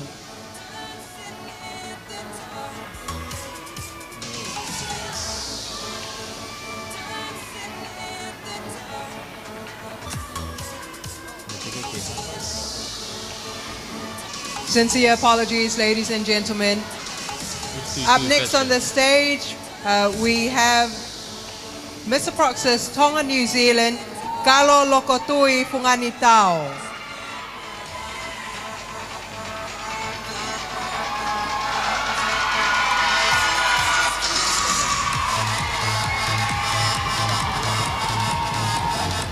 Mr.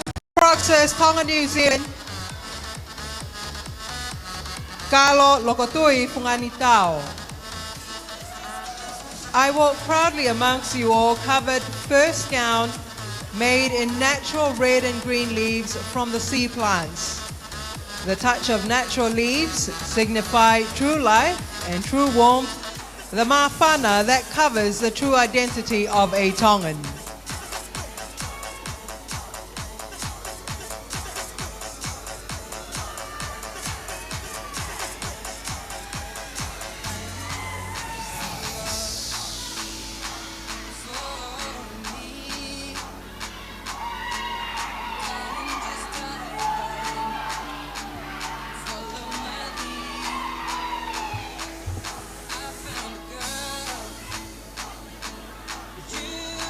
Mimi ko hoko mai ko ni ku gai ngahi te unga mimi no ngau e ki he te ka koe fotunga ko pulu whaka kuini ka ku ngau he ke ngahi nau ko ia whanatula pe aku to orewa ngahi pulu ko ia ku te ai me foi kofu ia o ku toi fa me loto. All my Island Creation fashion design, which is a ball gown made from hana seeds, and again from the very own hana plants. Hana seeds symbolize the natural seeds of love that is combined to form pearls and jewels of the Tongan women. The seeds are designed onto a black fetaaki, which signify royalty and loyalty for king and country. The hana seeds are designed and woven together to reflect a ball gown of a Tongan heritage, Moinofo akai ngā. That the line of kings are connected on the upper part of the gown, the nobles on the waist, and the people and commoners on the lower level. The pearls are connected from a simple design to a more complexity way of displaying to show that we Tongans are connected to one another one way or the other. And that no matter where we are in this world, we are connected as one warm-blooded humankind, a Tongan.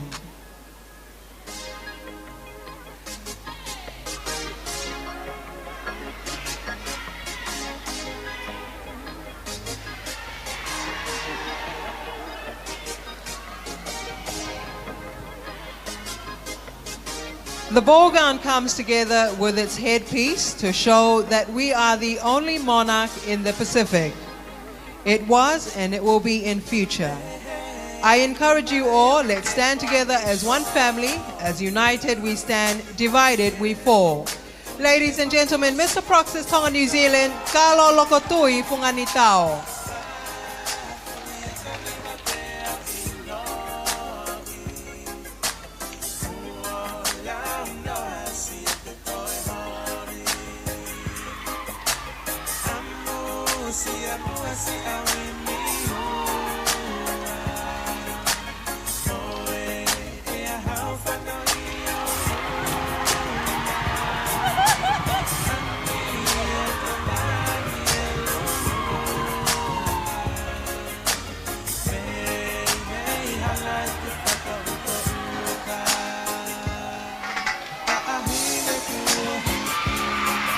Toi beter ua, ik kon kunnen moeten wat voorzien mij moa.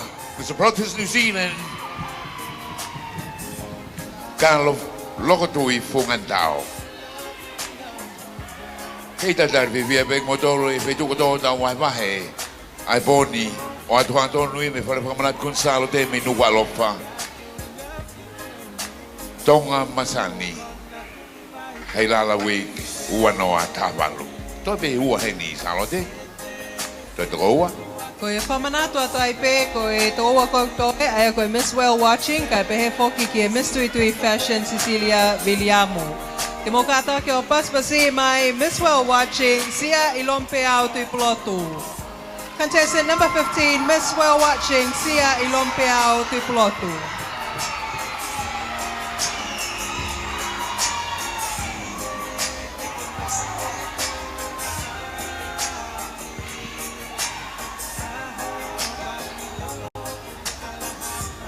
Tulo watu moho weki, kau lawe atu, ki e te unga mis mamata tofua.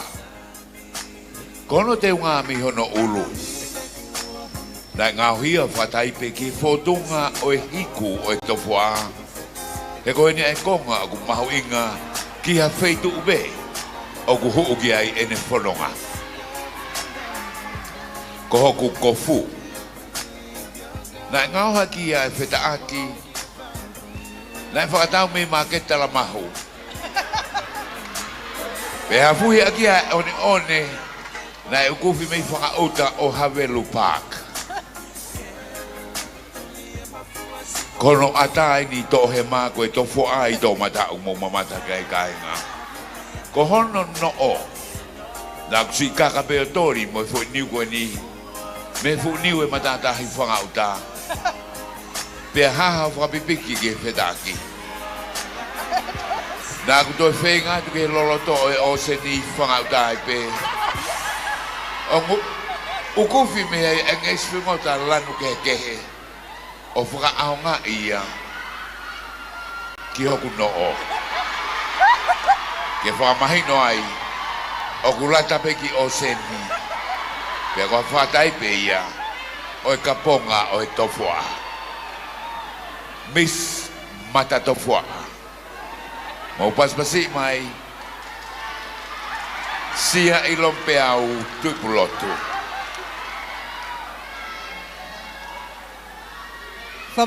Whamaloa te pe foki ki e Miss Well Watching, sia ilompe au tui pulotu.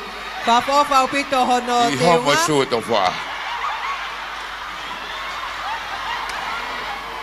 Ko e te unga foki e whine mui ko e nisi au se ange ko ia kono whakamatala. Ko ia peia na e kaka he whuniu o tori hifo. Ai ngai konga hono teu, tuku kehe.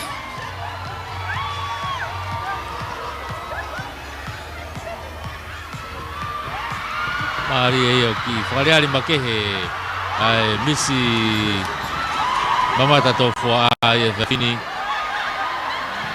Tautou kapata pe kaponga ko ia tofua. Ka taki pe Miss Well Watching o kulorotonga tapu ai heka koe tofua ai tai mini. Pea mono tau tai e tofua a.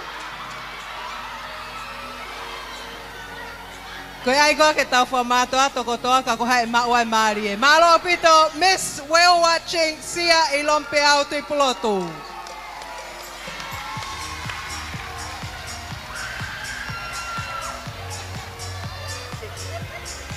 Fu.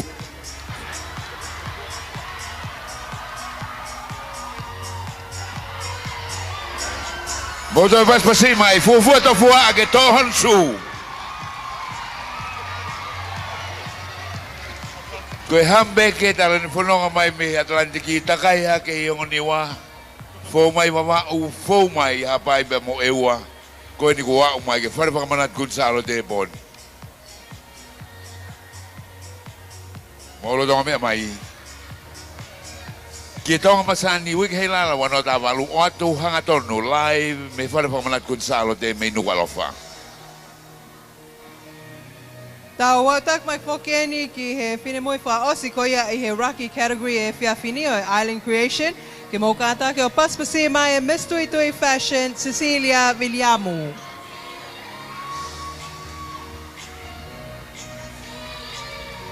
Last contestant for this evening's Island Creation from Miss Tui Tui Fashion, represented by Cecilia Villiamu.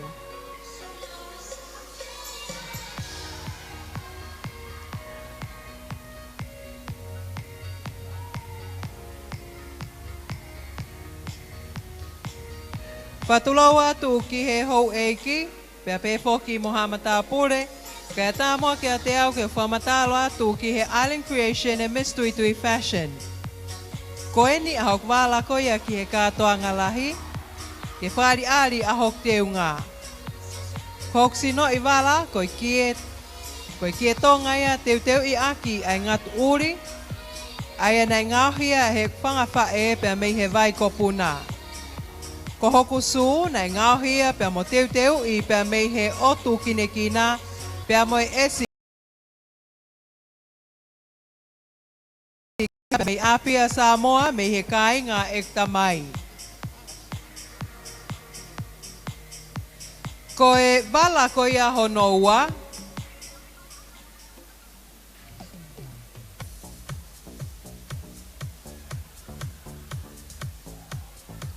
ko e kake ieni ki haku ewe ewa ke tala hok tonga ki apia Samoa, na ngauhia he kupanga toko wapea mei he hala mangao no. Ko e designer ko ia ki hoku kake i, ko e sponsor Tui Tui Fashion. Ka taki o paspasi i mai ai Miss Tui Tui Fashion, Cecilia Villiamu. Ladies and gentlemen, rounding up our first judging event for this evening and the Island Creation, another round of applause for Miss Tui Tui Fashion, Cecilia Villiamu.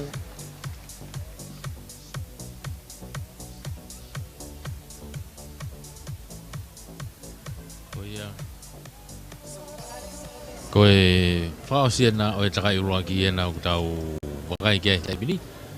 Mea whokeni ai whakawhalanglang e whiawhini ko e tangata ik pare pia. Sabu e la kirispo hiwa, pe whoki ki he au minista e kapneti, o nau heni. Ai minista mo ui, mo e ngai business e pure anga, saya piukala. Pe whoki ki he minista meitek, po a stay. Pea mo e inau tolu ai kau whakawhe ku nau i heni he whiawhini. Kai pepe whoki ki he iktokon pare mia, a koe minista whokia o e potunga o koe ni e takmamata. Se bisika, ko ia nau i heni pe whiawhini ki he polokalama o whakahoko. Takai ura ki ena, toi ai takai e ua. Ai ko nau vilo ni ki he tua o Stacy o whetongi rewa ki o nau ngahi teunga matatahi. Pea te nau toi whoki mai ki hono whakamau i o ngahi teunga matatahi. Whamalola he befo ki he potunga tak mamata. O e poupou mo e tokoni ki whamafola hanga tonu o e tau polokalama o e Heilala. Be mongpongi te tau tō whanongo ai ki hono whakaklauni o e whinemui tene hoko atu ai Miss Heilala.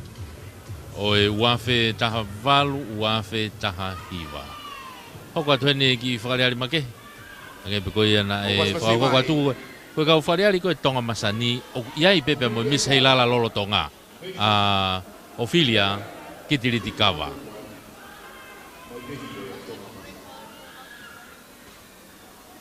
Nau tolo nu nau he Stacy he taimini. Konga ki mua koe Stacy. Koe teunga e kau whine moi nau teunga loa kau pe kai teunga pure taha ai whine moi Miss Heilala. Ai pe mo kei tui pe foki a hono kalauni. Koe nu nau toko wha, e ko foi toko wha ni. Nau taulunga toko wha.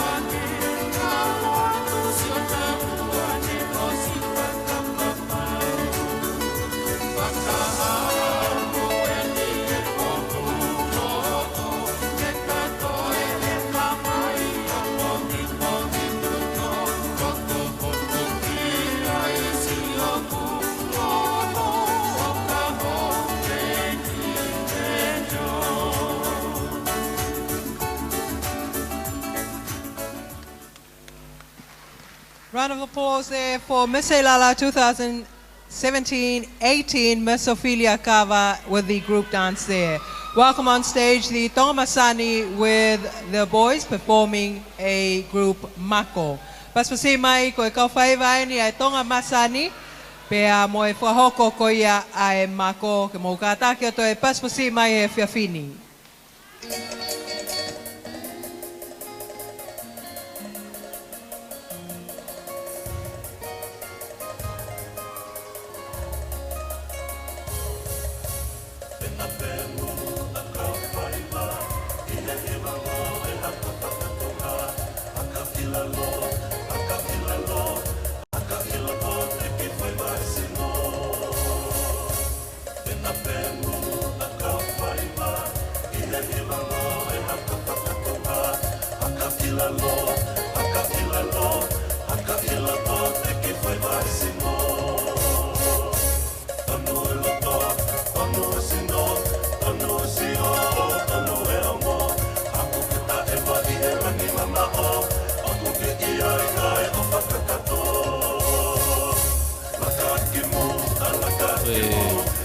Kau tangata e toko ono vehe grupu pe Tonga Masani nau ngahi whakahapai nau tui pe funga ni aki he ngatu pea mo nau te unga kau nau hangau ki toho i ai mako ki vave ange mo whauta tu pe koe whaiva mako koe whaiva vave pe ia i he neanga mahe ni kau tau toi ki hiki e nau tolo toi ki vave ange kau hake pe ha te sio kaha pute a moa e me turi koe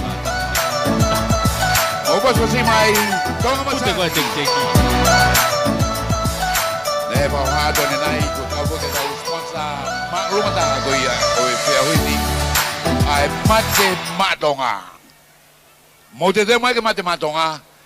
Na wau mai ni ba na loto lerei ke tohi e Tonga Masani o na ufalani agabulu. Ko ni. Ko kamata ni ki programa makehe ko ya poni. Mate matonga mo pas pasi mai. Mali boys. Kano hanga o atu. Ai mate matonga.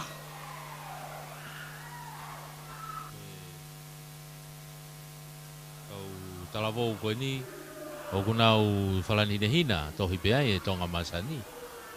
Kunau ta e sipitau, ai mate matonga, nau whopoto turutui ki lalo ka asi hake toko taha ki o lunga.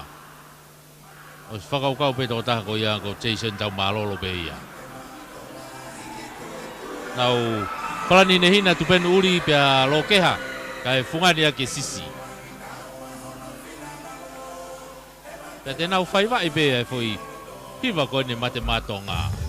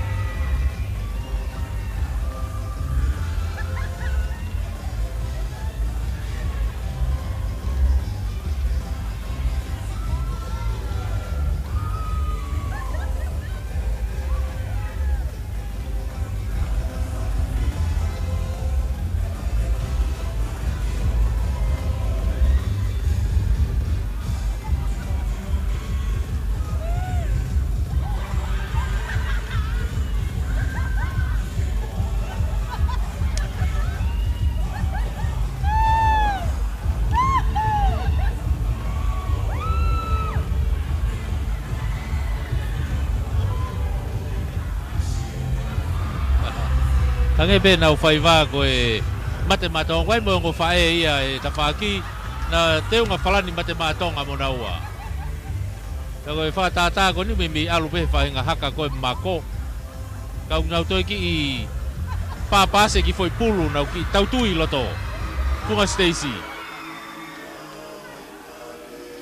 Mari mate matonga. Kei hoko atu pe kau whaiva koe ne mate matonga koe Mari boys.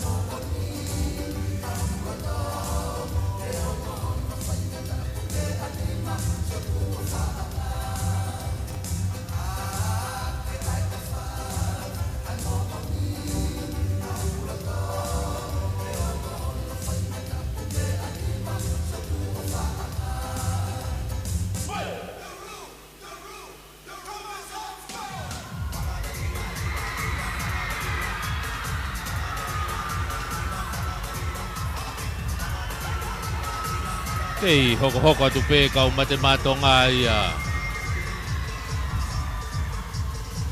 Kau whaiva koni koe kau whaiva koni mate matonga koe kau pou pe mei havelu, mei havelu Bulldogs pe.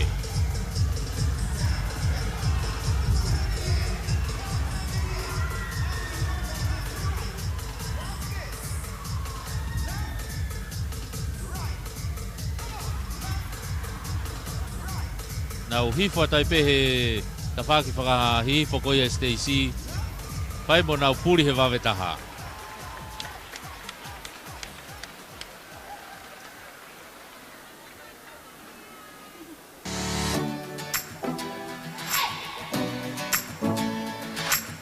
Matematonga from the Mali Mali boys. Do you want more? Do you want more Matematonga? Oh, come on. No. You're not sleepy, are you? Better guy, no. Kadalala big motor konga hono wine oe Matematonga moni. Konga ni. Ni mo due.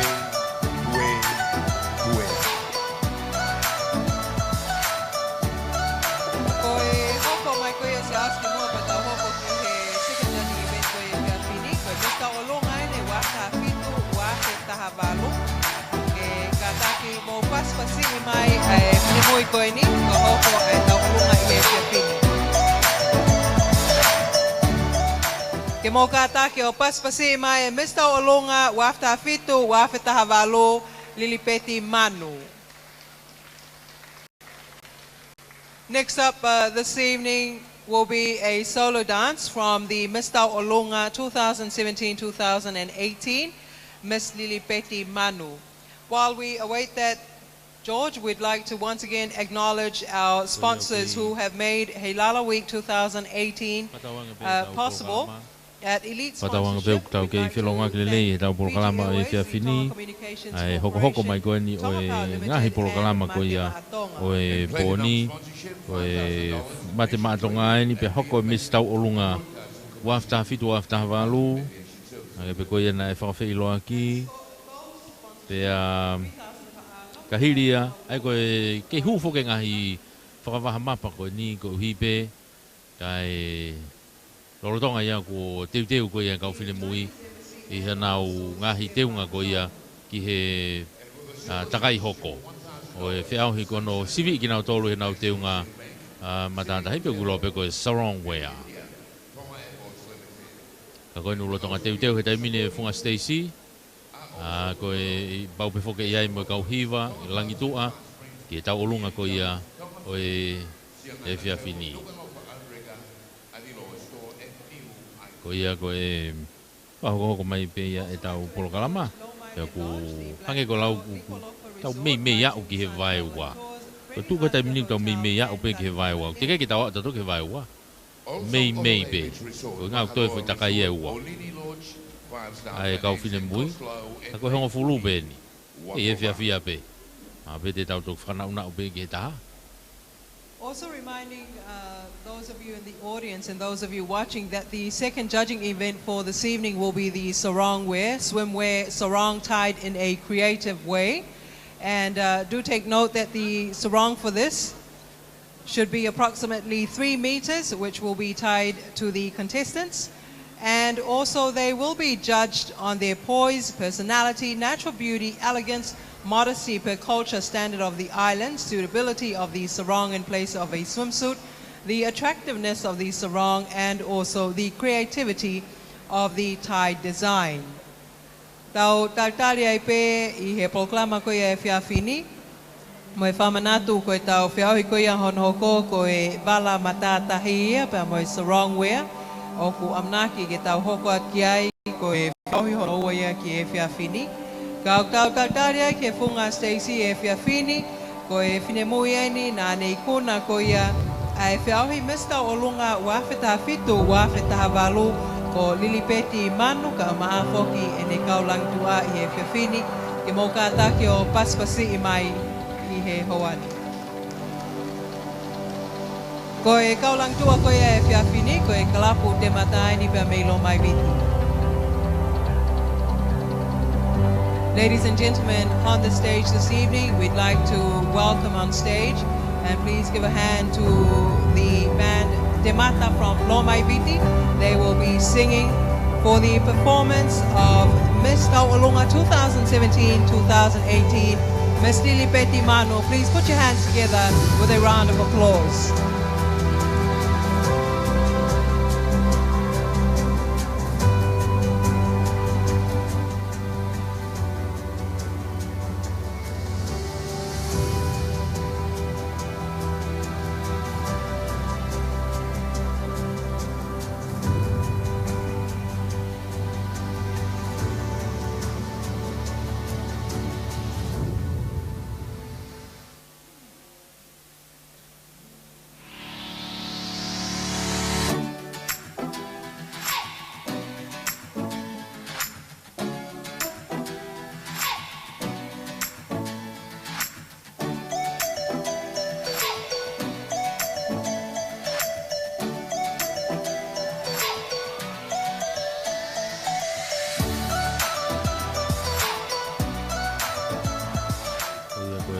ia he tai pini ko te te pe ke ta olunga e fia fini klap te mata me lo mai viti ko lang tu ai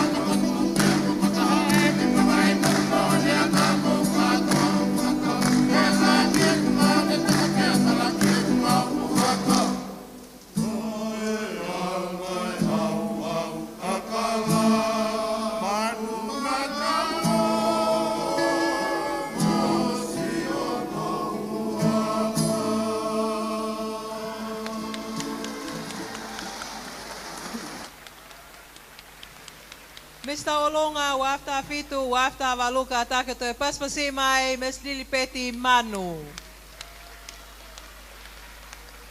Kai umafo ke ne kaulang tua ko ia i e fiafini, ko e kauhiva ko ia te matape a mei lo mai viti.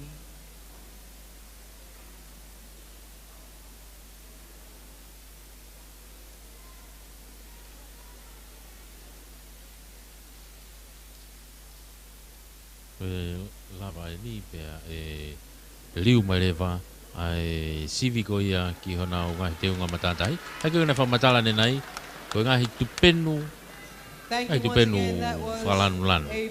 Ai ko nau ko fui mita tolu uangi ki he tō taha ko ni, ke misi bia mo ne tō taha teu, ke nau hanga vilohi fui ki konga tupenu mita tolu ko ia, ke hoko ko fui te unga matatai. Ai pe e whamau ia kei pe ia, ai fotunga, pe mo ia kenga, pe a mo e whakao ofa, o e nau hanga ko ia vilohi mai ngai whakonga tupenu, e nau teunga aki, i he hoko atu ko ia whiauhi. Takai hono ua ia. Ia toto whakawhi pe e mate matonga ki loto e pōni. Mo pasi mai, mate matonga. Kata ki ue i mai ki lomo ui. Tai mi ko una loto mala e ai. O te moho ha ke ngoto fuka ko nuna kau mai kuna kau pe monawa. Ka koe kau tama e ni. Mate matonga lau mari o e ngā ue whataha. Ko lang hako tonga. Mo pasi mai. Mako whaosi e ni mate matonga.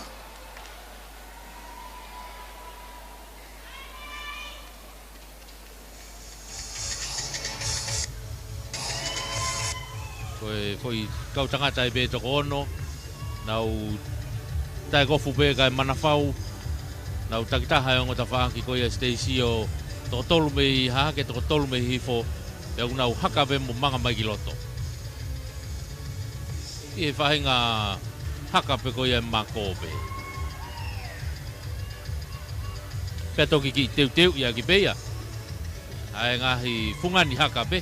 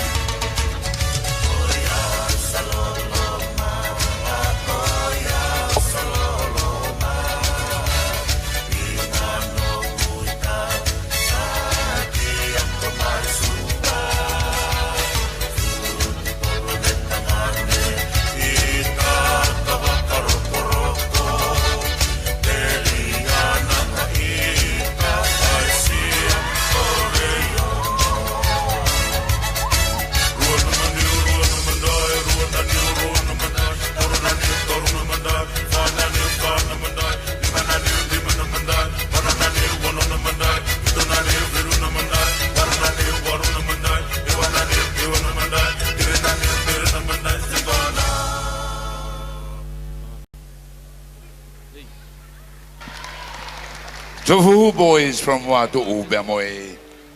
Mate matonga from Moimoi. Hoko to the programa da meni ke konga noa.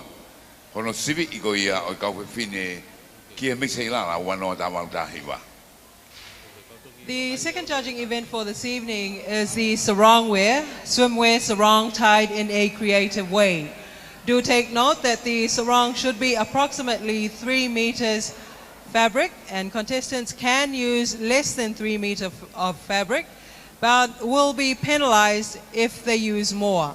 The contestants, ladies and gentlemen, will be judged on their poise, personality, the natural beauty, elegance, modesty per cultural standards of the islands, the suitability of the sarong in place of a swimsuit, the attractiveness of the sarong, and the creativity of the tie design. The sarong swimwear aims at showing the healthy physique of each contestant in a way that requires them to be creative, fashionable, and modest. The contestant receiving the highest total score in this category will also receive the Best Sarong Swimwear Award. Introducing the first contestant for Miss Heilala this year with her sarong wear and swimwear. Ladies and gentlemen, please put your hands together. Miss Masani, maui taifote. Kataki o paspasi mai, ko maui taifote, ko Miss Masani wafe tahavalu, pe amhono sarong swimwear.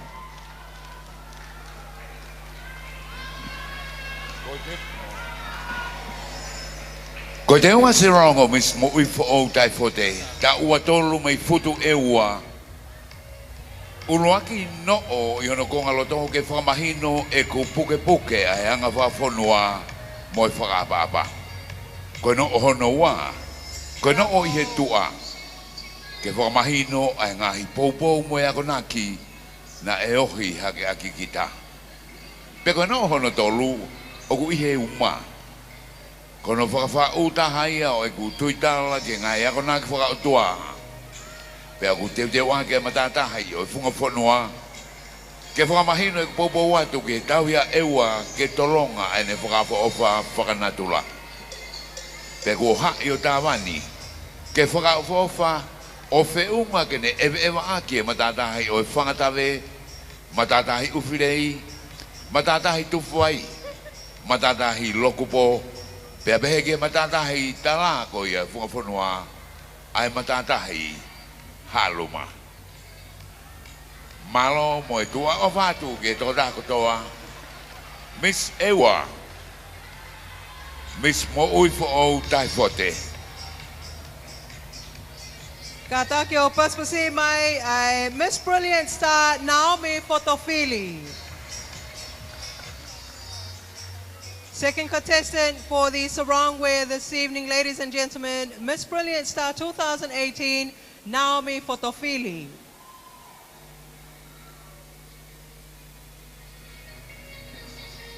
To the guest of honor, judges, my fellow contestants, ladies and gentlemen, my name is Naomi Fotofili and I'm representing Miss Brilliant Star 2018.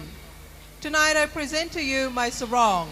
There's certain attire for every occasion, and for tonight we elaborate on the fineries we choose for the seaside. The beaches, what we wear to stroll along the sandy coastline. She took it upon herself the value and the relevance of the vibrant colors she wears tonight. First is the bright and warm color of yellow, just like the sun, a star in the center of our solar system, a source of light, and like so, she too is a brilliant as the star, bright and pure, a symbol of purification. Her headpiece, otherwise known as her sei, is the color of a lively green and symbolizes of life and good health. As plants sprout into the light of the day, the leaves unveil a hidden energy which brings to life. Ladies and gentlemen, may I present to you Miss Brilliant Star Naomi Fotofili for Tonga Masani.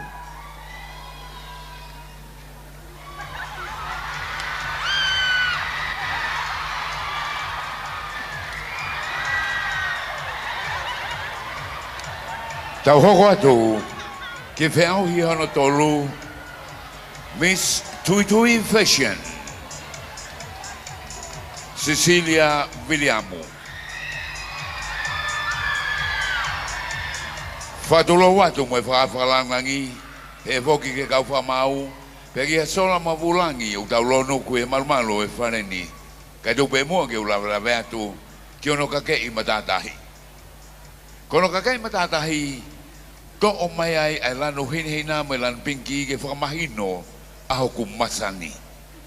No o ke foi, no o ke e nima, koe uhiga e malumalu ai whewhini Tonga, pegi e whatahi pegi Tonga Masani, seuke, he koe Masani o ku Tonga, a e ku ilo a ku tupuanga. Ko kakei matatahi, ke ulaugau aki, ki a ku ewa ki matatahi. Tua o whātu, Miss Tui Tui Fashion, wanoa tāwalu, Cecilia Cristina Williamu.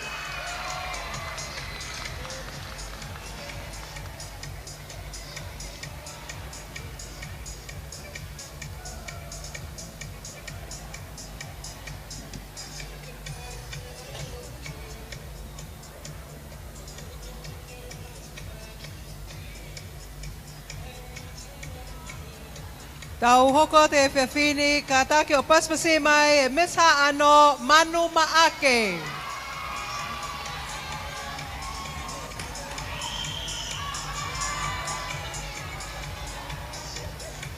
Koe teunga Sarong we koia o e mesa ano, koko teunga o whakatai peia ki e lanu e umata. Koe lanu o plou, koe lanu ia e moana. O kune whatai pe mai koe ofa koe o seni o kuloloto, pe au fie ma o ke moana, pe amohange koe langi e ofa, ke ni I ke he. Iyo he koe whekau, o komaia I he wholofola. Koe lanu mata, koe lanu ia o e mo ui, pe amo e fie fia. Iyo ne ngauhie ni e whongafonua ke lanu mata hono ngai akau, koe whamahino koe ma ui ui o fie ma o e mo ui. Koe lanu e ngenga, koe lanu ia o yanga vai vai, mo loto ma ulalo, o fie mao ke umau ai ka vei koula e wha e Tonga, pia mo unga aki honoloto kai talai hoto tuk whaholo. Koe lanu maaleti, koe lanu ia o loi mata, pia fie mao ke ukaunga mamahe mo ia o tangi, pia piki uma o vahe vahe he koe Tonga o si pe kai whemorimori. Koe lanu pinki ko lanu ia, ke whamahino koe ofe whinia o e tamai he vani. Ko hok teunga nei teu, pia mo ensinia ie ni he whangawha e, aia o tangata pia mo whewhine, pia ko laukau aki I he aho katoa ngā. Kata ki paspasi mai e misha ano manu maake.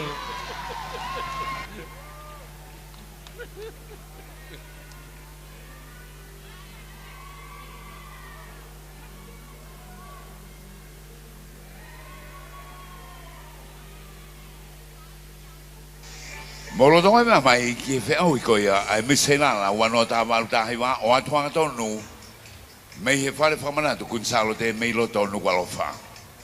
Mo tantari mai ai fe au hi whikanima Miss Whangai Lupe Tonga Australia Luciane Akauola. Tulou kai whakaha te unga matatahi. Ko hok sei koe Bird of Paradise. Pea mo e Ethereum me he ngoe matawhare ko ia e kutangata e ki mei kanokpolu. O tu fio aki a nge spaua koe koloa whanua o Aotearoa koe whanua ne whanau ia kita. Ko hoka hoa koe si ne fi whakahawai ia ko hoku kahoa kia a katoanga hange koe poni. Ne toki pakitu ubehe kau whewhine o la paha pakmodoi ane henghengi. Ko Sarong o whatatauia ki ngahi matawhanga e ku whanga kui. Mei nukureka, lere mei ai ki he waheloto o kikawai, loto kai ano, pia tātuku ki whunga lausi. Ko hoku no o, ko e ku whiri ke whetak nima, ao no aho, monopolni. Miss Whangai Lupe, Tonga, Australia, Luciane Akauola.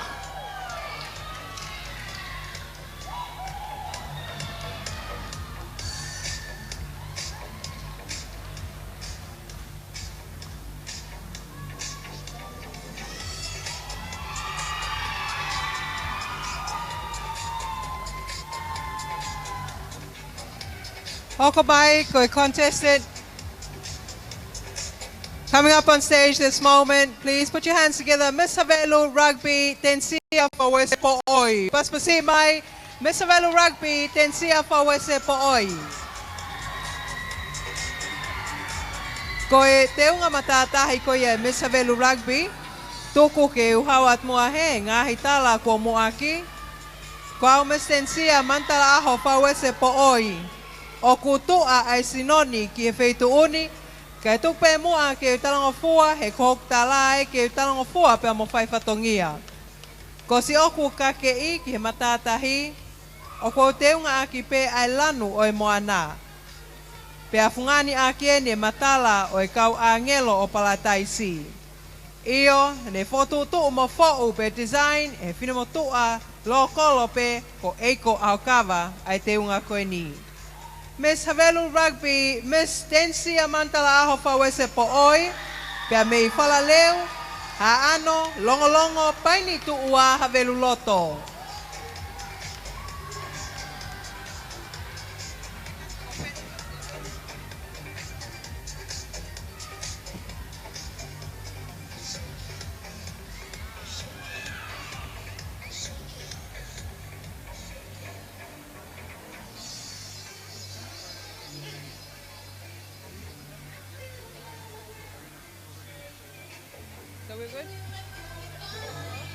Tau hoko ki au hi fika fitu.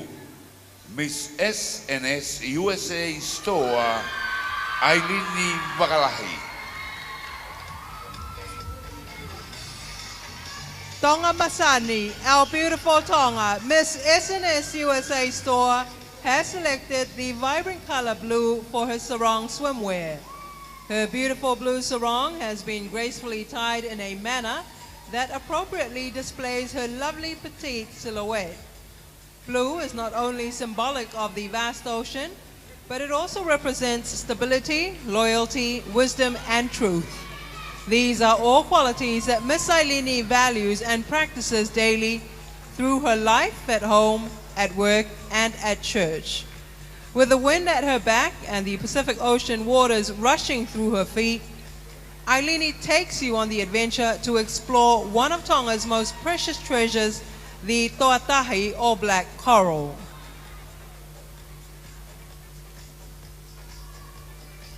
The valuable treasure is an oceanic jewel that is exclusively found here in the coral reefs of Tonga. Being born and raised right here in the beautiful Paintu'ua, she celebrates her people who skillfully dive, collect and sell toatahi locally and abroad. Ailini would like to send her heartfelt appreciation to her people for carrying on such a valuable Tongan tradition. Miss SNS USA Store would like to encourage our people that we must take the initiative towards the preservation of our Tonga Masani, our beautiful island home. We must not waste or wait for someone to set the example. Instead, let's work together in keeping our coral reefs and our waters free of litter and pollution. We can do this if we work together in love, unity, and peace. Ladies and gentlemen, put your hands together for contestant number 7, Miss SNS USA Store Ailini Charity Wakalahi in her sarong swimwear.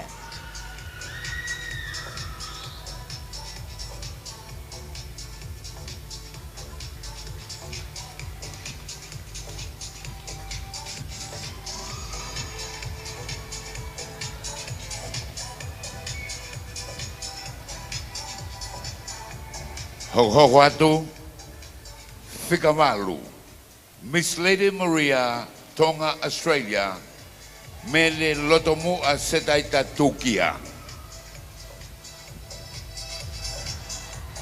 Whakatulong mai hawhangani, Wangahi ha ko be whatapoa kai atamoa a whanga ke whaha to e teunga matata hei pe Sarong o Miss Lady Maria, Tonga, Australia.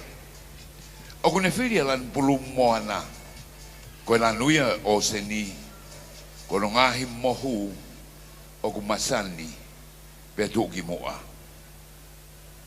Ko ngahi whetu o e langi, e ne hulungia ai o seni, o kuhanga ere vaia ko hatai moni I he kumoui.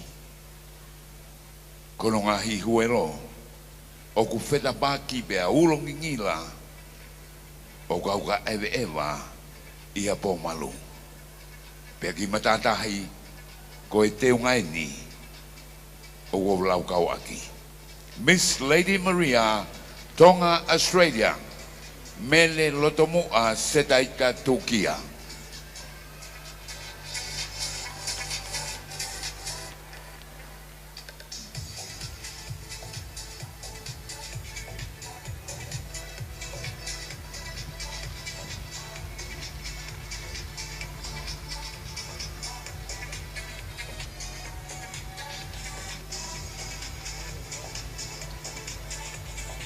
Our next contestant this evening, ladies and gentlemen, put your hands together. Mesa Proxas, New Zealand, Lilieta Imakweta Fisihoi.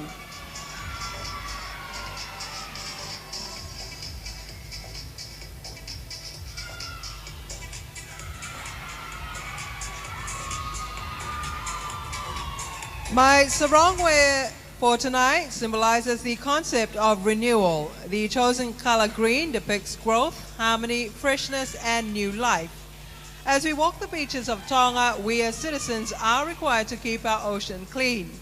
As we keep our ocean clean and fresh, we cultivate a sanitary environment for new life. The turtle is a new life as shown on my sarong, and the creatures in the ocean all play a role in our environment. They contribute to keeping Tonga Masani, and as people, we ultimately hold this decision. The seashells on my wrist and my ankles beautify the ocean, and as we sustain the ocean, these shells will live, grow, and beautify our land. Our beach is our biggest tourist attraction and needs to remain beautiful to nurture growth in Tonga. The Paula shells in my hairpiece radiates light and various types of hues. It is one of the most sought shells in the world due to its vibrant colors. A woman is precious and unique like the Paula, representing my worth and my value. The tie had created a one piece to highlight her body, the length and the skin tone, where together it enlightens the picture of my sarong wear tonight. Like the Kingdom of Tonga, the only standing monarch in the Pacific, highlighting its highlights, our strength and resilience, proclaiming, God and Tonga are my inheritance. Tuafa to contestant number 9, Lilieta Imakweta Fisihoi.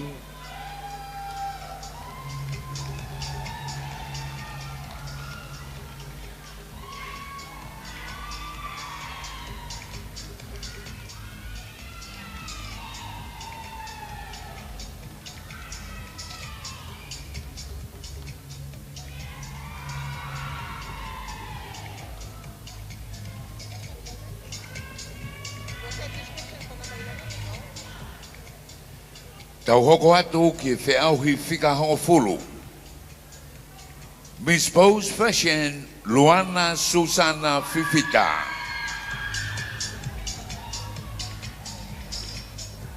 Tulong mai mea ho eki pe moi hawhanga. Kai tō mua ke whakari ari haku teo ngā kau tahini. Kok teo ngā kulan mata.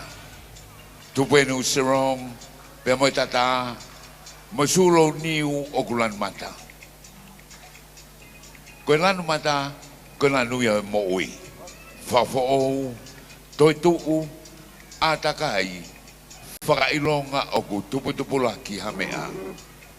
Whatatau ke ngai savea mo whekumi, koe lanu mata, koe lanu ia o ku whakanonga taha ki he mamata o tau fofonga. Pea tatau tope ia mo ngai mea, pea moi moto haku sponsor Pose Fashion, quality with elegance. Koe ngahi design, o ku whaka-ofa-ofa mo whafo-ou, pea whakalata ki e te wakai. Kok tata mo e kato, na ilalanga ia me he niu tupu he funga ana mahanga. Kok sulo niu. Ko suru whakaholo ia me kau whiwhine whangota he funga afua. Kok matsio ata. Ne omia me loto lontoni. Koe mea ofa ki e Bose Fashion. He ne kau whataha koe ke Fashion Exchange I loto Buckingham Palace.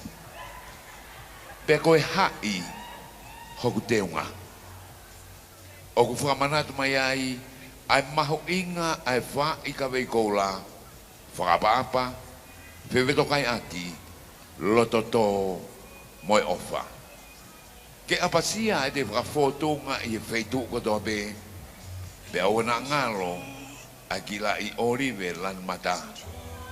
Ne whoki mai koe mai fo I lupe ki he a ake, koe whakailonga o e merino pe moe moui. Tua whātu, luana whiwhita, Miss Bose Fashion, ua noa tāwalu.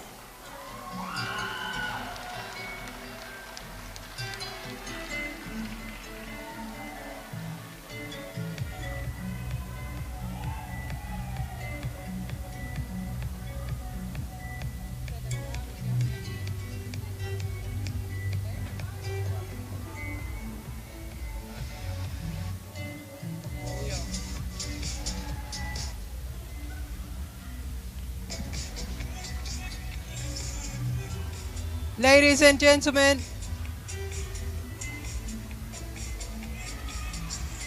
testing. Ladies and gentlemen,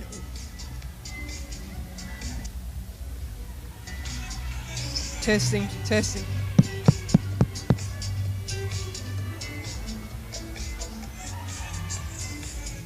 Ladies and gentlemen, welcoming on the stage, contestant number 11 for this evening, representing Miss Vila Isadora Mele Lupevete. Katake o paspasi mai e finamoyo ne whapongai ko e Miss Vila Isadora Mele Lupevete pe amohono Sarong wear.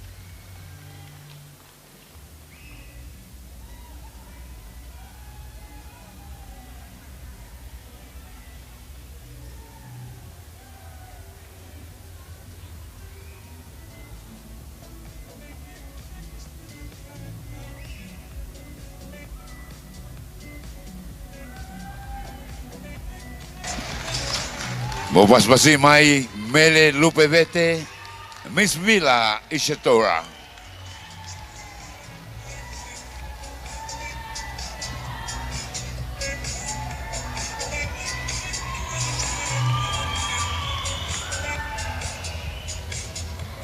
Contestant number 12 for this evening, ladies and gentlemen, representing Miss Tonga Tourism, put your hands together, Ane of Apollo.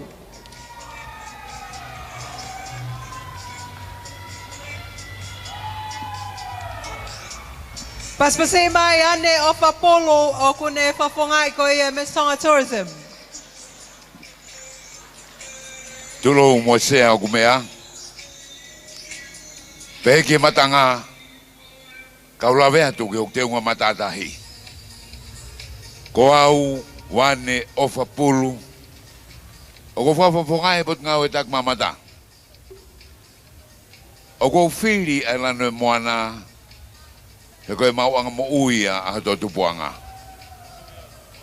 Ko oseni hoto latanga. Pea ku whari ari heni a ngai mea mo ui o ngātai. Ai a kune whakamanat mau bega kita a hoto whaunga.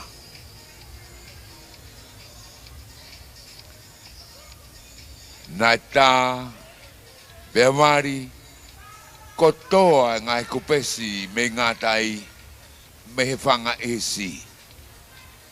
Pea moe wafu ko tau whaahau. Pea nei whaafolau mai ia I he tongia ki me I hapai Masani. Ke whare are atu. A he teunga matatahi. O go opai. Tua whātu. Ane ofa pulu. Miss Tourism Tonga.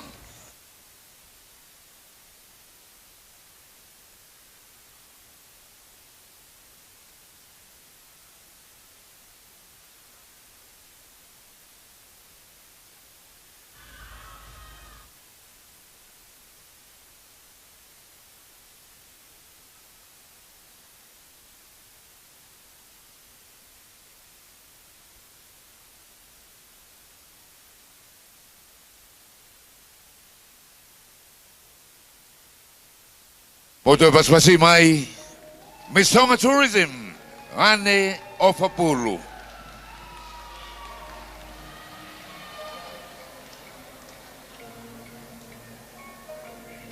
Inviting on to the stage this evening, Miss Langakali Vaikopuna Primrose Malekamu.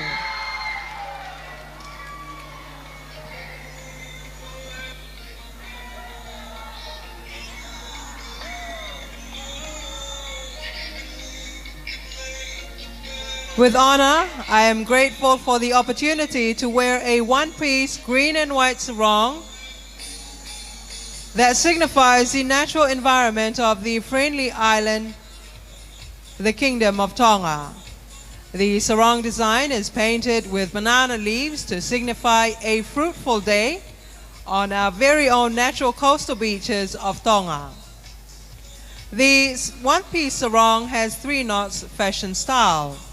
It starts from an off-shoulder tie that is connected to a second tie below the arm and meets up to a third tie around the beautiful waist of a Tongan woman. These 3 knots signify the 3 pillars of how a Tongan is raised. Ke kaukaua ai Tonga I mo'ui lo tolu. Koe sino, atamai, kai amo amoange ai whalau marie. The beautiful swimming sarong comes with a say to signify a soul that is with beauty and purity. Tahine tu'o ai hao sei, aha e he ai sei o whawhine. Lau kai ai pe mua kai turi waha whanua, aha e he ai sei o whawhine.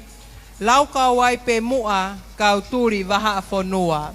Ladies and gentlemen, please put your hands together for Miss Langakali Vaikopuna, Primrose Malekamu.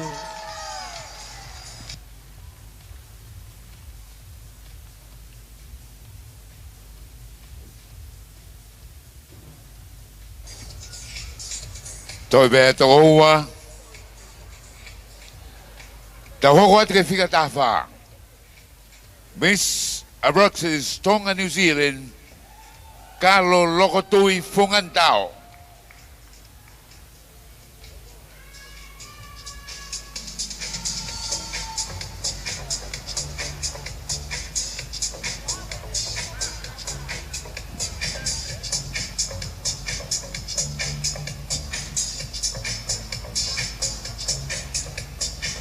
Ladies and gentlemen, welcome on stage Miss Proxys Tonga, New Zealand, Carlo Lokotui Funganitao.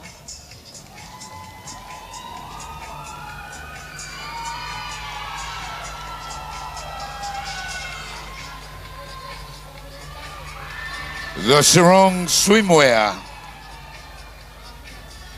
Miss Carlo and Talei Luis Lokotui Fungantao. My Sarong swimwear for tonight represents intellect, warmth, hope, and joy of a Tongan woman while enjoying a relaxing walk and swim in the tip of the Pacific Ocean. The bright yellow color reminds me to be optimistic despite the negative. Like the sun that continues to shine, it nourishes and provides strength for a variety of flowers surviving on the coastline of Tonga shores. As shown on my sarong, there are diverse flowers that beautify the earth, resembling the diversity and empowerment to stand apart and proud from the rest of the world. The gardenias, wrapped around my arms and my legs, embody my culture, shielding my morals as a young woman. Like a gardenia and many other flowers, producing a fragrant scent of pure bliss, indicating accomplishment and joy. White represents true innocence and purity. As a young Tongan woman, my standards allow me to remain firm and strong, as purity is my utmost goal. My sarong is tied to create a two-piece, to declare modesty and respect. Modesty and respect entails a true description of a Tongan woman and our forefathers' teachings. My sarong embodies my identity. The pearls on my hand are one of the most prized possessions, detailing the finest and most elite there is. Like a hand-picked flower of the garden, I am worn with pride, love, and joy to one day become an empowering woman for our people of today. Representing Miss Abraxas Tonga, New Zealand 2018, Carlo and Talei Luis Lokotui Fungantao.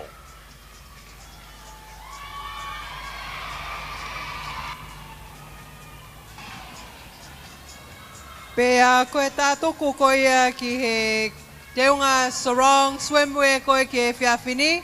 Ke mō kātaki o paspasi mai ai Miss Well Watching, si ai lomi pea o tui pulotu.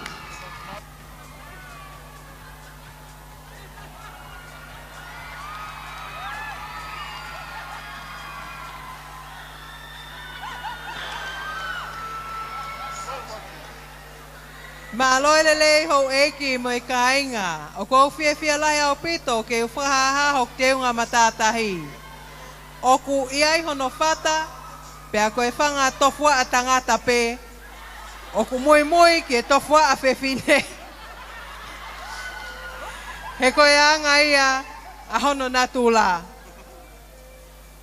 Ko o seni kono moana ia, pea uktala he lan pulu ko ia, hono lata anga, he ko hono api ia. Te usani hoku api ke Masani, he ko o seni Masani.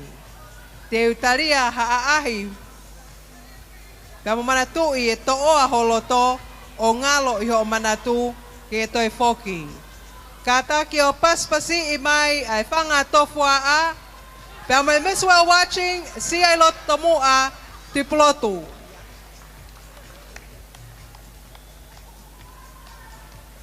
Ladies and gentlemen, the last contestant for the sarong wear this evening, Miss Well Watching, si ai lompeau tipulotu.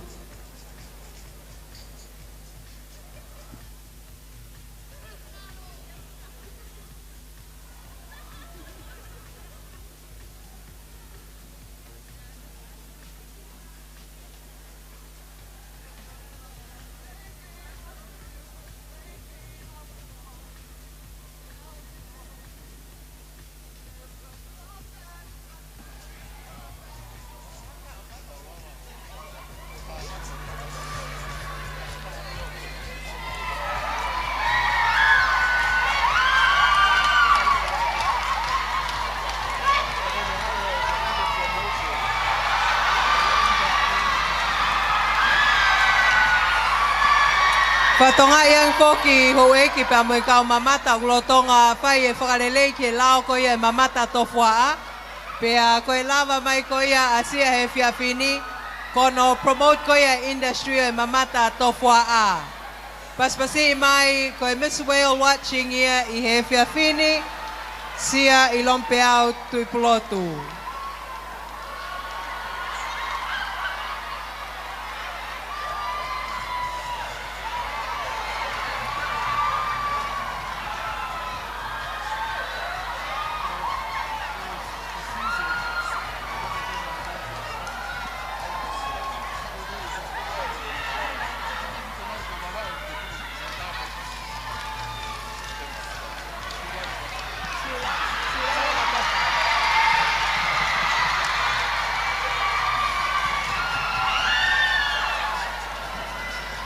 Siasi ku taimi tono foke huko ya miss well watching o ku nga lolotonga ko season foke ni o well watching season.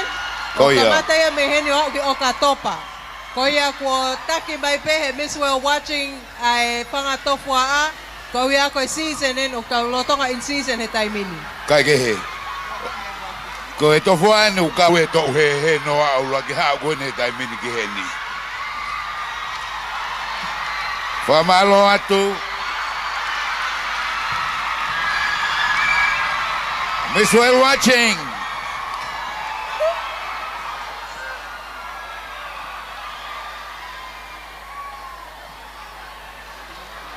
Life is just too bright for Miss Well watching siasi. Ke mau ke tuyo no macho ata. Mana tu mo tolo mo fema ke fralera mo kauta mata to fua. Ko to fua ko na ku oslesita bot ngotak mamata.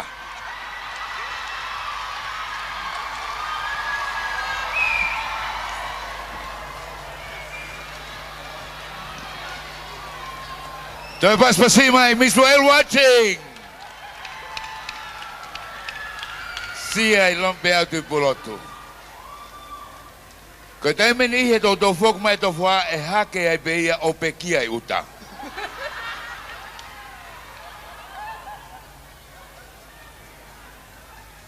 Kau sai be ko na go ha o ta ke hu amai.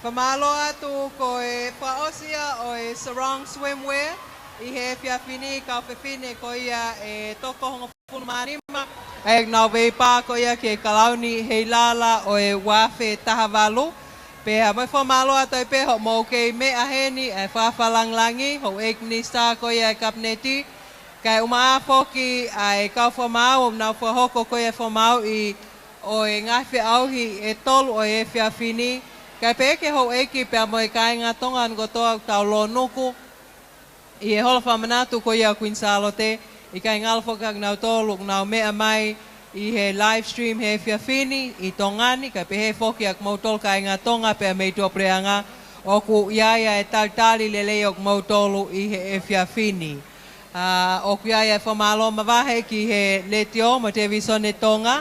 Ko nga ko fa hoko ngawe ko ni ka uma a foki ki heletio broadcasting val fitu poinenima FMA fa malo atu i nga hito fatongia o malawa ke tau inasia i pe mo e Tonga ko toa i Tongani ka mai ka nga Tonga ko ia i tu opreanga ki mo batau hoko atu ki he konga ko ia fa ose e fiafini aia o fai hono fa mau i ai taleniti ko tui wai e tau whari ali e siasi amna ke hoko mai. Ko ia te kau mai foki e whari ali koni, a Miss Habai Masani wanota havalu Ivoni me fo owi Queensland tohi, lofanga tongorereka mo niu tau pangai. Sponsor Lucky Pot Restaurant, a fetuloa havili o whanau nu Habai. Ko Ivoni me fo owi Queensland tohi, ko e whanau tamaia, ai foi one one.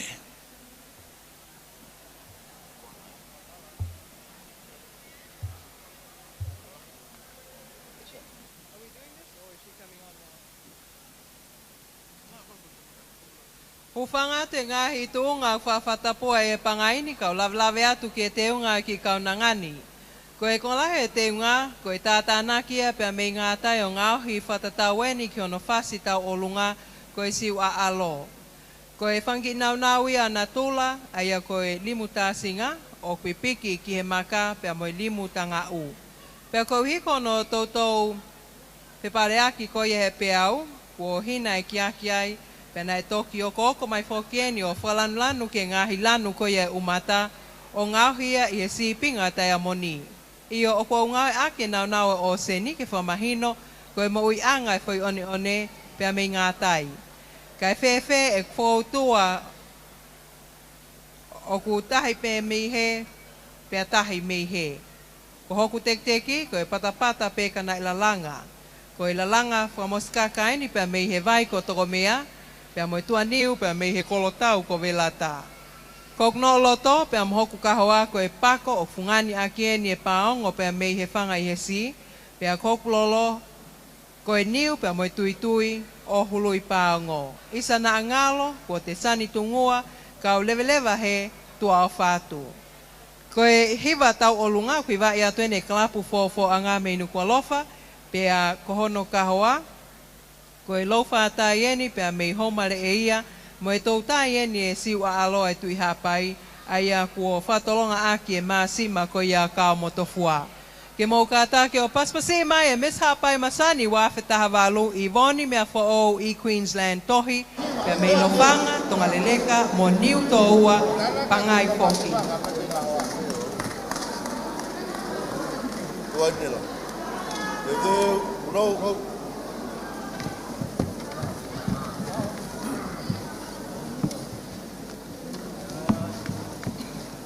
Lawe ia te kahoa ko ia o e kauhiwa langi tua, ko ika masi mai na na ilawa mai pa mei hapai. O te whamatau? Ka! Ala me kahoa! Ei, ei!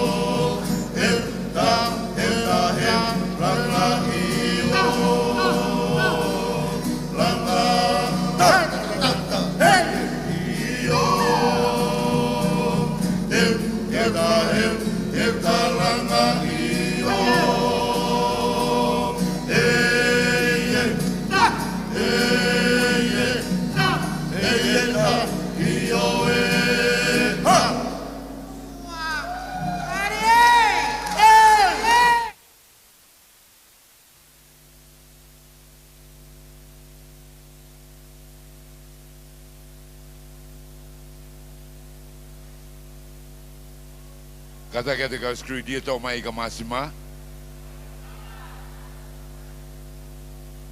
Mo pas pasi mai misa abai Masani. Wano ta balu imoni me fo wi kunslan tohi.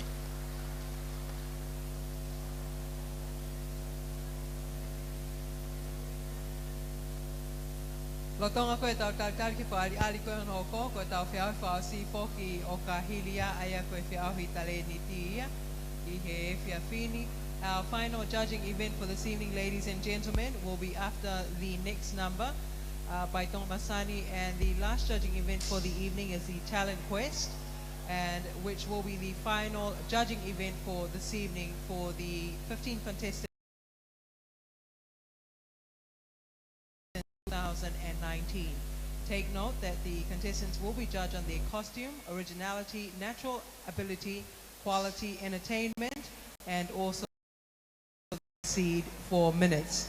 I'm pretty sure, George, that the next group performing are ready to come on stage.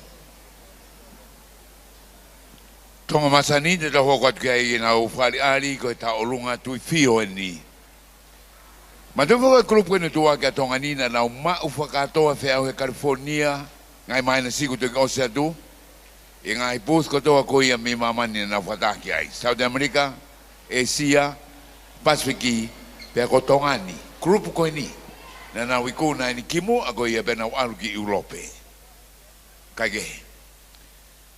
Posisio te mistofo abe ko asmai. Kage mo pasipasi mai Tonga Masani. Narunga tu fio.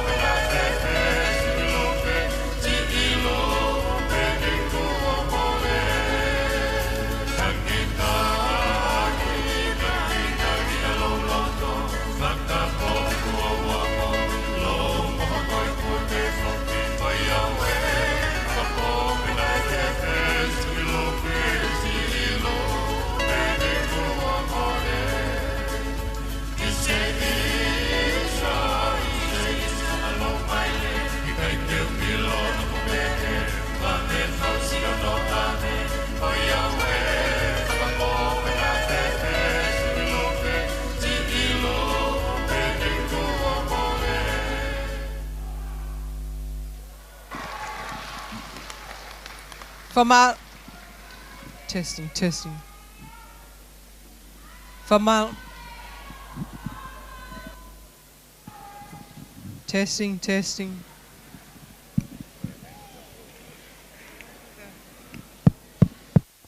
Famalo atu. Pamalo atu hani ki Tonga Masani. Mo to pas mai Tonga Masani. Tainga. Pamalo atu hani ki konga whakaosi. Peo ko ia poni. Ai ko tale ni di hani. Salote? Ko patonga i ko mai tale ni di mai.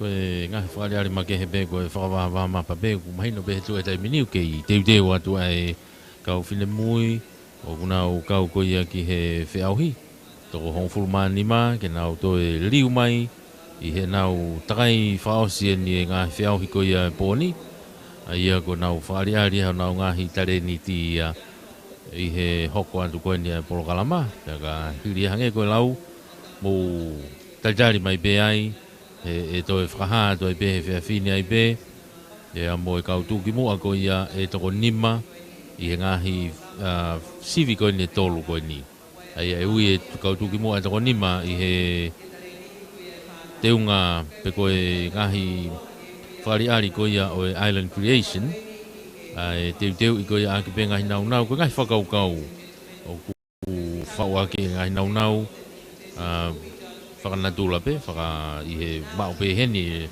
i he Pasifiki i Tongani. Pea te nau e ui e toko nima tuki mua ai, pea pe whoki he nau whariari koe nai toko si e nau teunga matatahi, e ui ai e toko nima tuki mua, pea pe he whoki e whiauhi koe nunga manake tau whakakato ake polokalama e whiawhini, ko nau ngahi tare ni ti.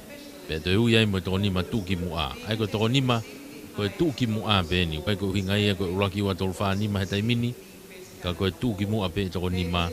E toko whakaha ia he whiawhia bongbongi, ai he whika. Koe whiawhini koe toko nima pe.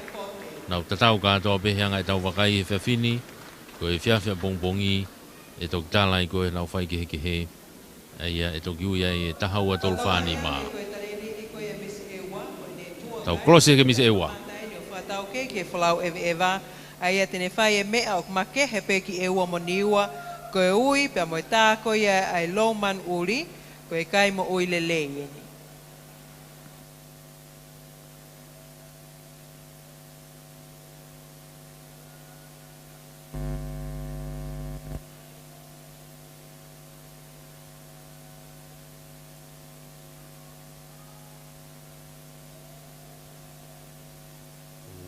Whatonga e tupe ki funga Stacy o gai e toko whai, kono toko whaulu mai mama. Toko tangata e toko tolu, pia ko misi e wāne o kui loto ai, ko e tā lauman uri. Ko e manpuna e ni, tau talanoa ki ai.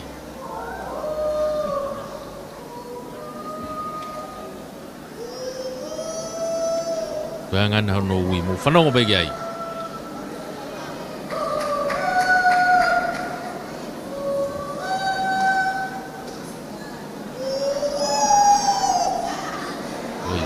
Asif manbuna. Oena kapakapataha kita pagi koe. Mei whatonga e mahe kau turi manu kana ohofi. Kau teunga loa kau lousi be e kau tā lau manu. Kono puna mai lau manu hene ta whakoe ni. Nau kei whakasio be, te peke na hong whatonga e ne puna holo. Ulauman uri kono tui peo koe mono ta sese tracksuit.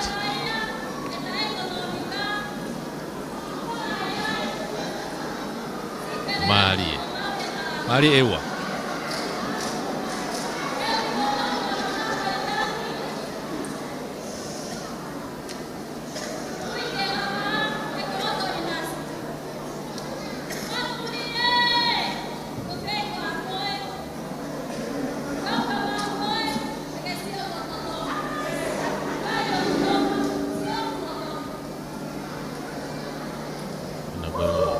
Lau e na koe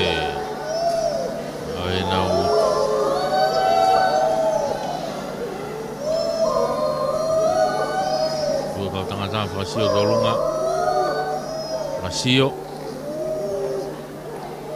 O nau ngai whesu. Bof te lo. Oi, baby. Oi, au, kamata hano tā. Ei, ase tolu. Ase wha. Toko wha, oi. Nau puna halo pehe funga Stacy.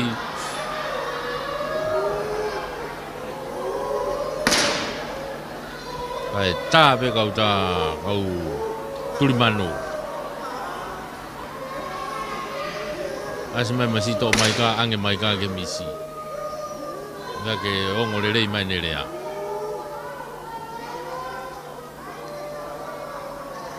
Mani, puna pe ta whaaki ka pe ke iloi.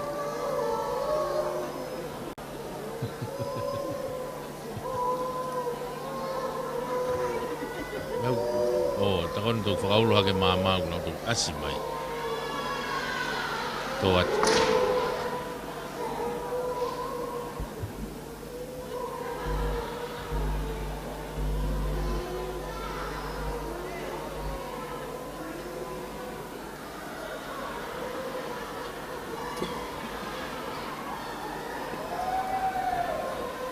Te peke mao hataha. Hei, puna halo peta oi, kamata ke mau ke tuliki. Mau ke tuliki. Hapoi. Mau e taha.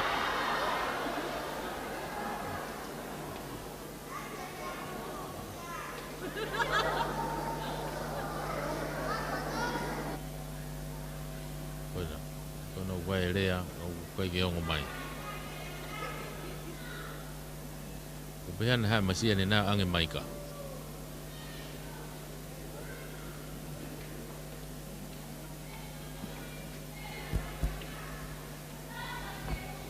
Takon. Tak kita tahu. Ai bahia pe.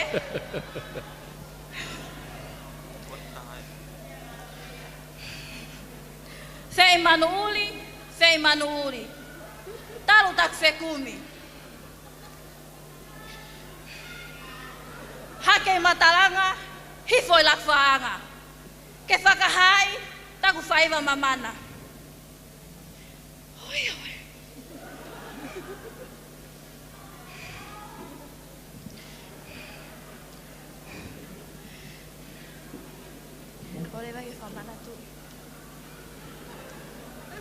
Que faz se eu faz a mamana?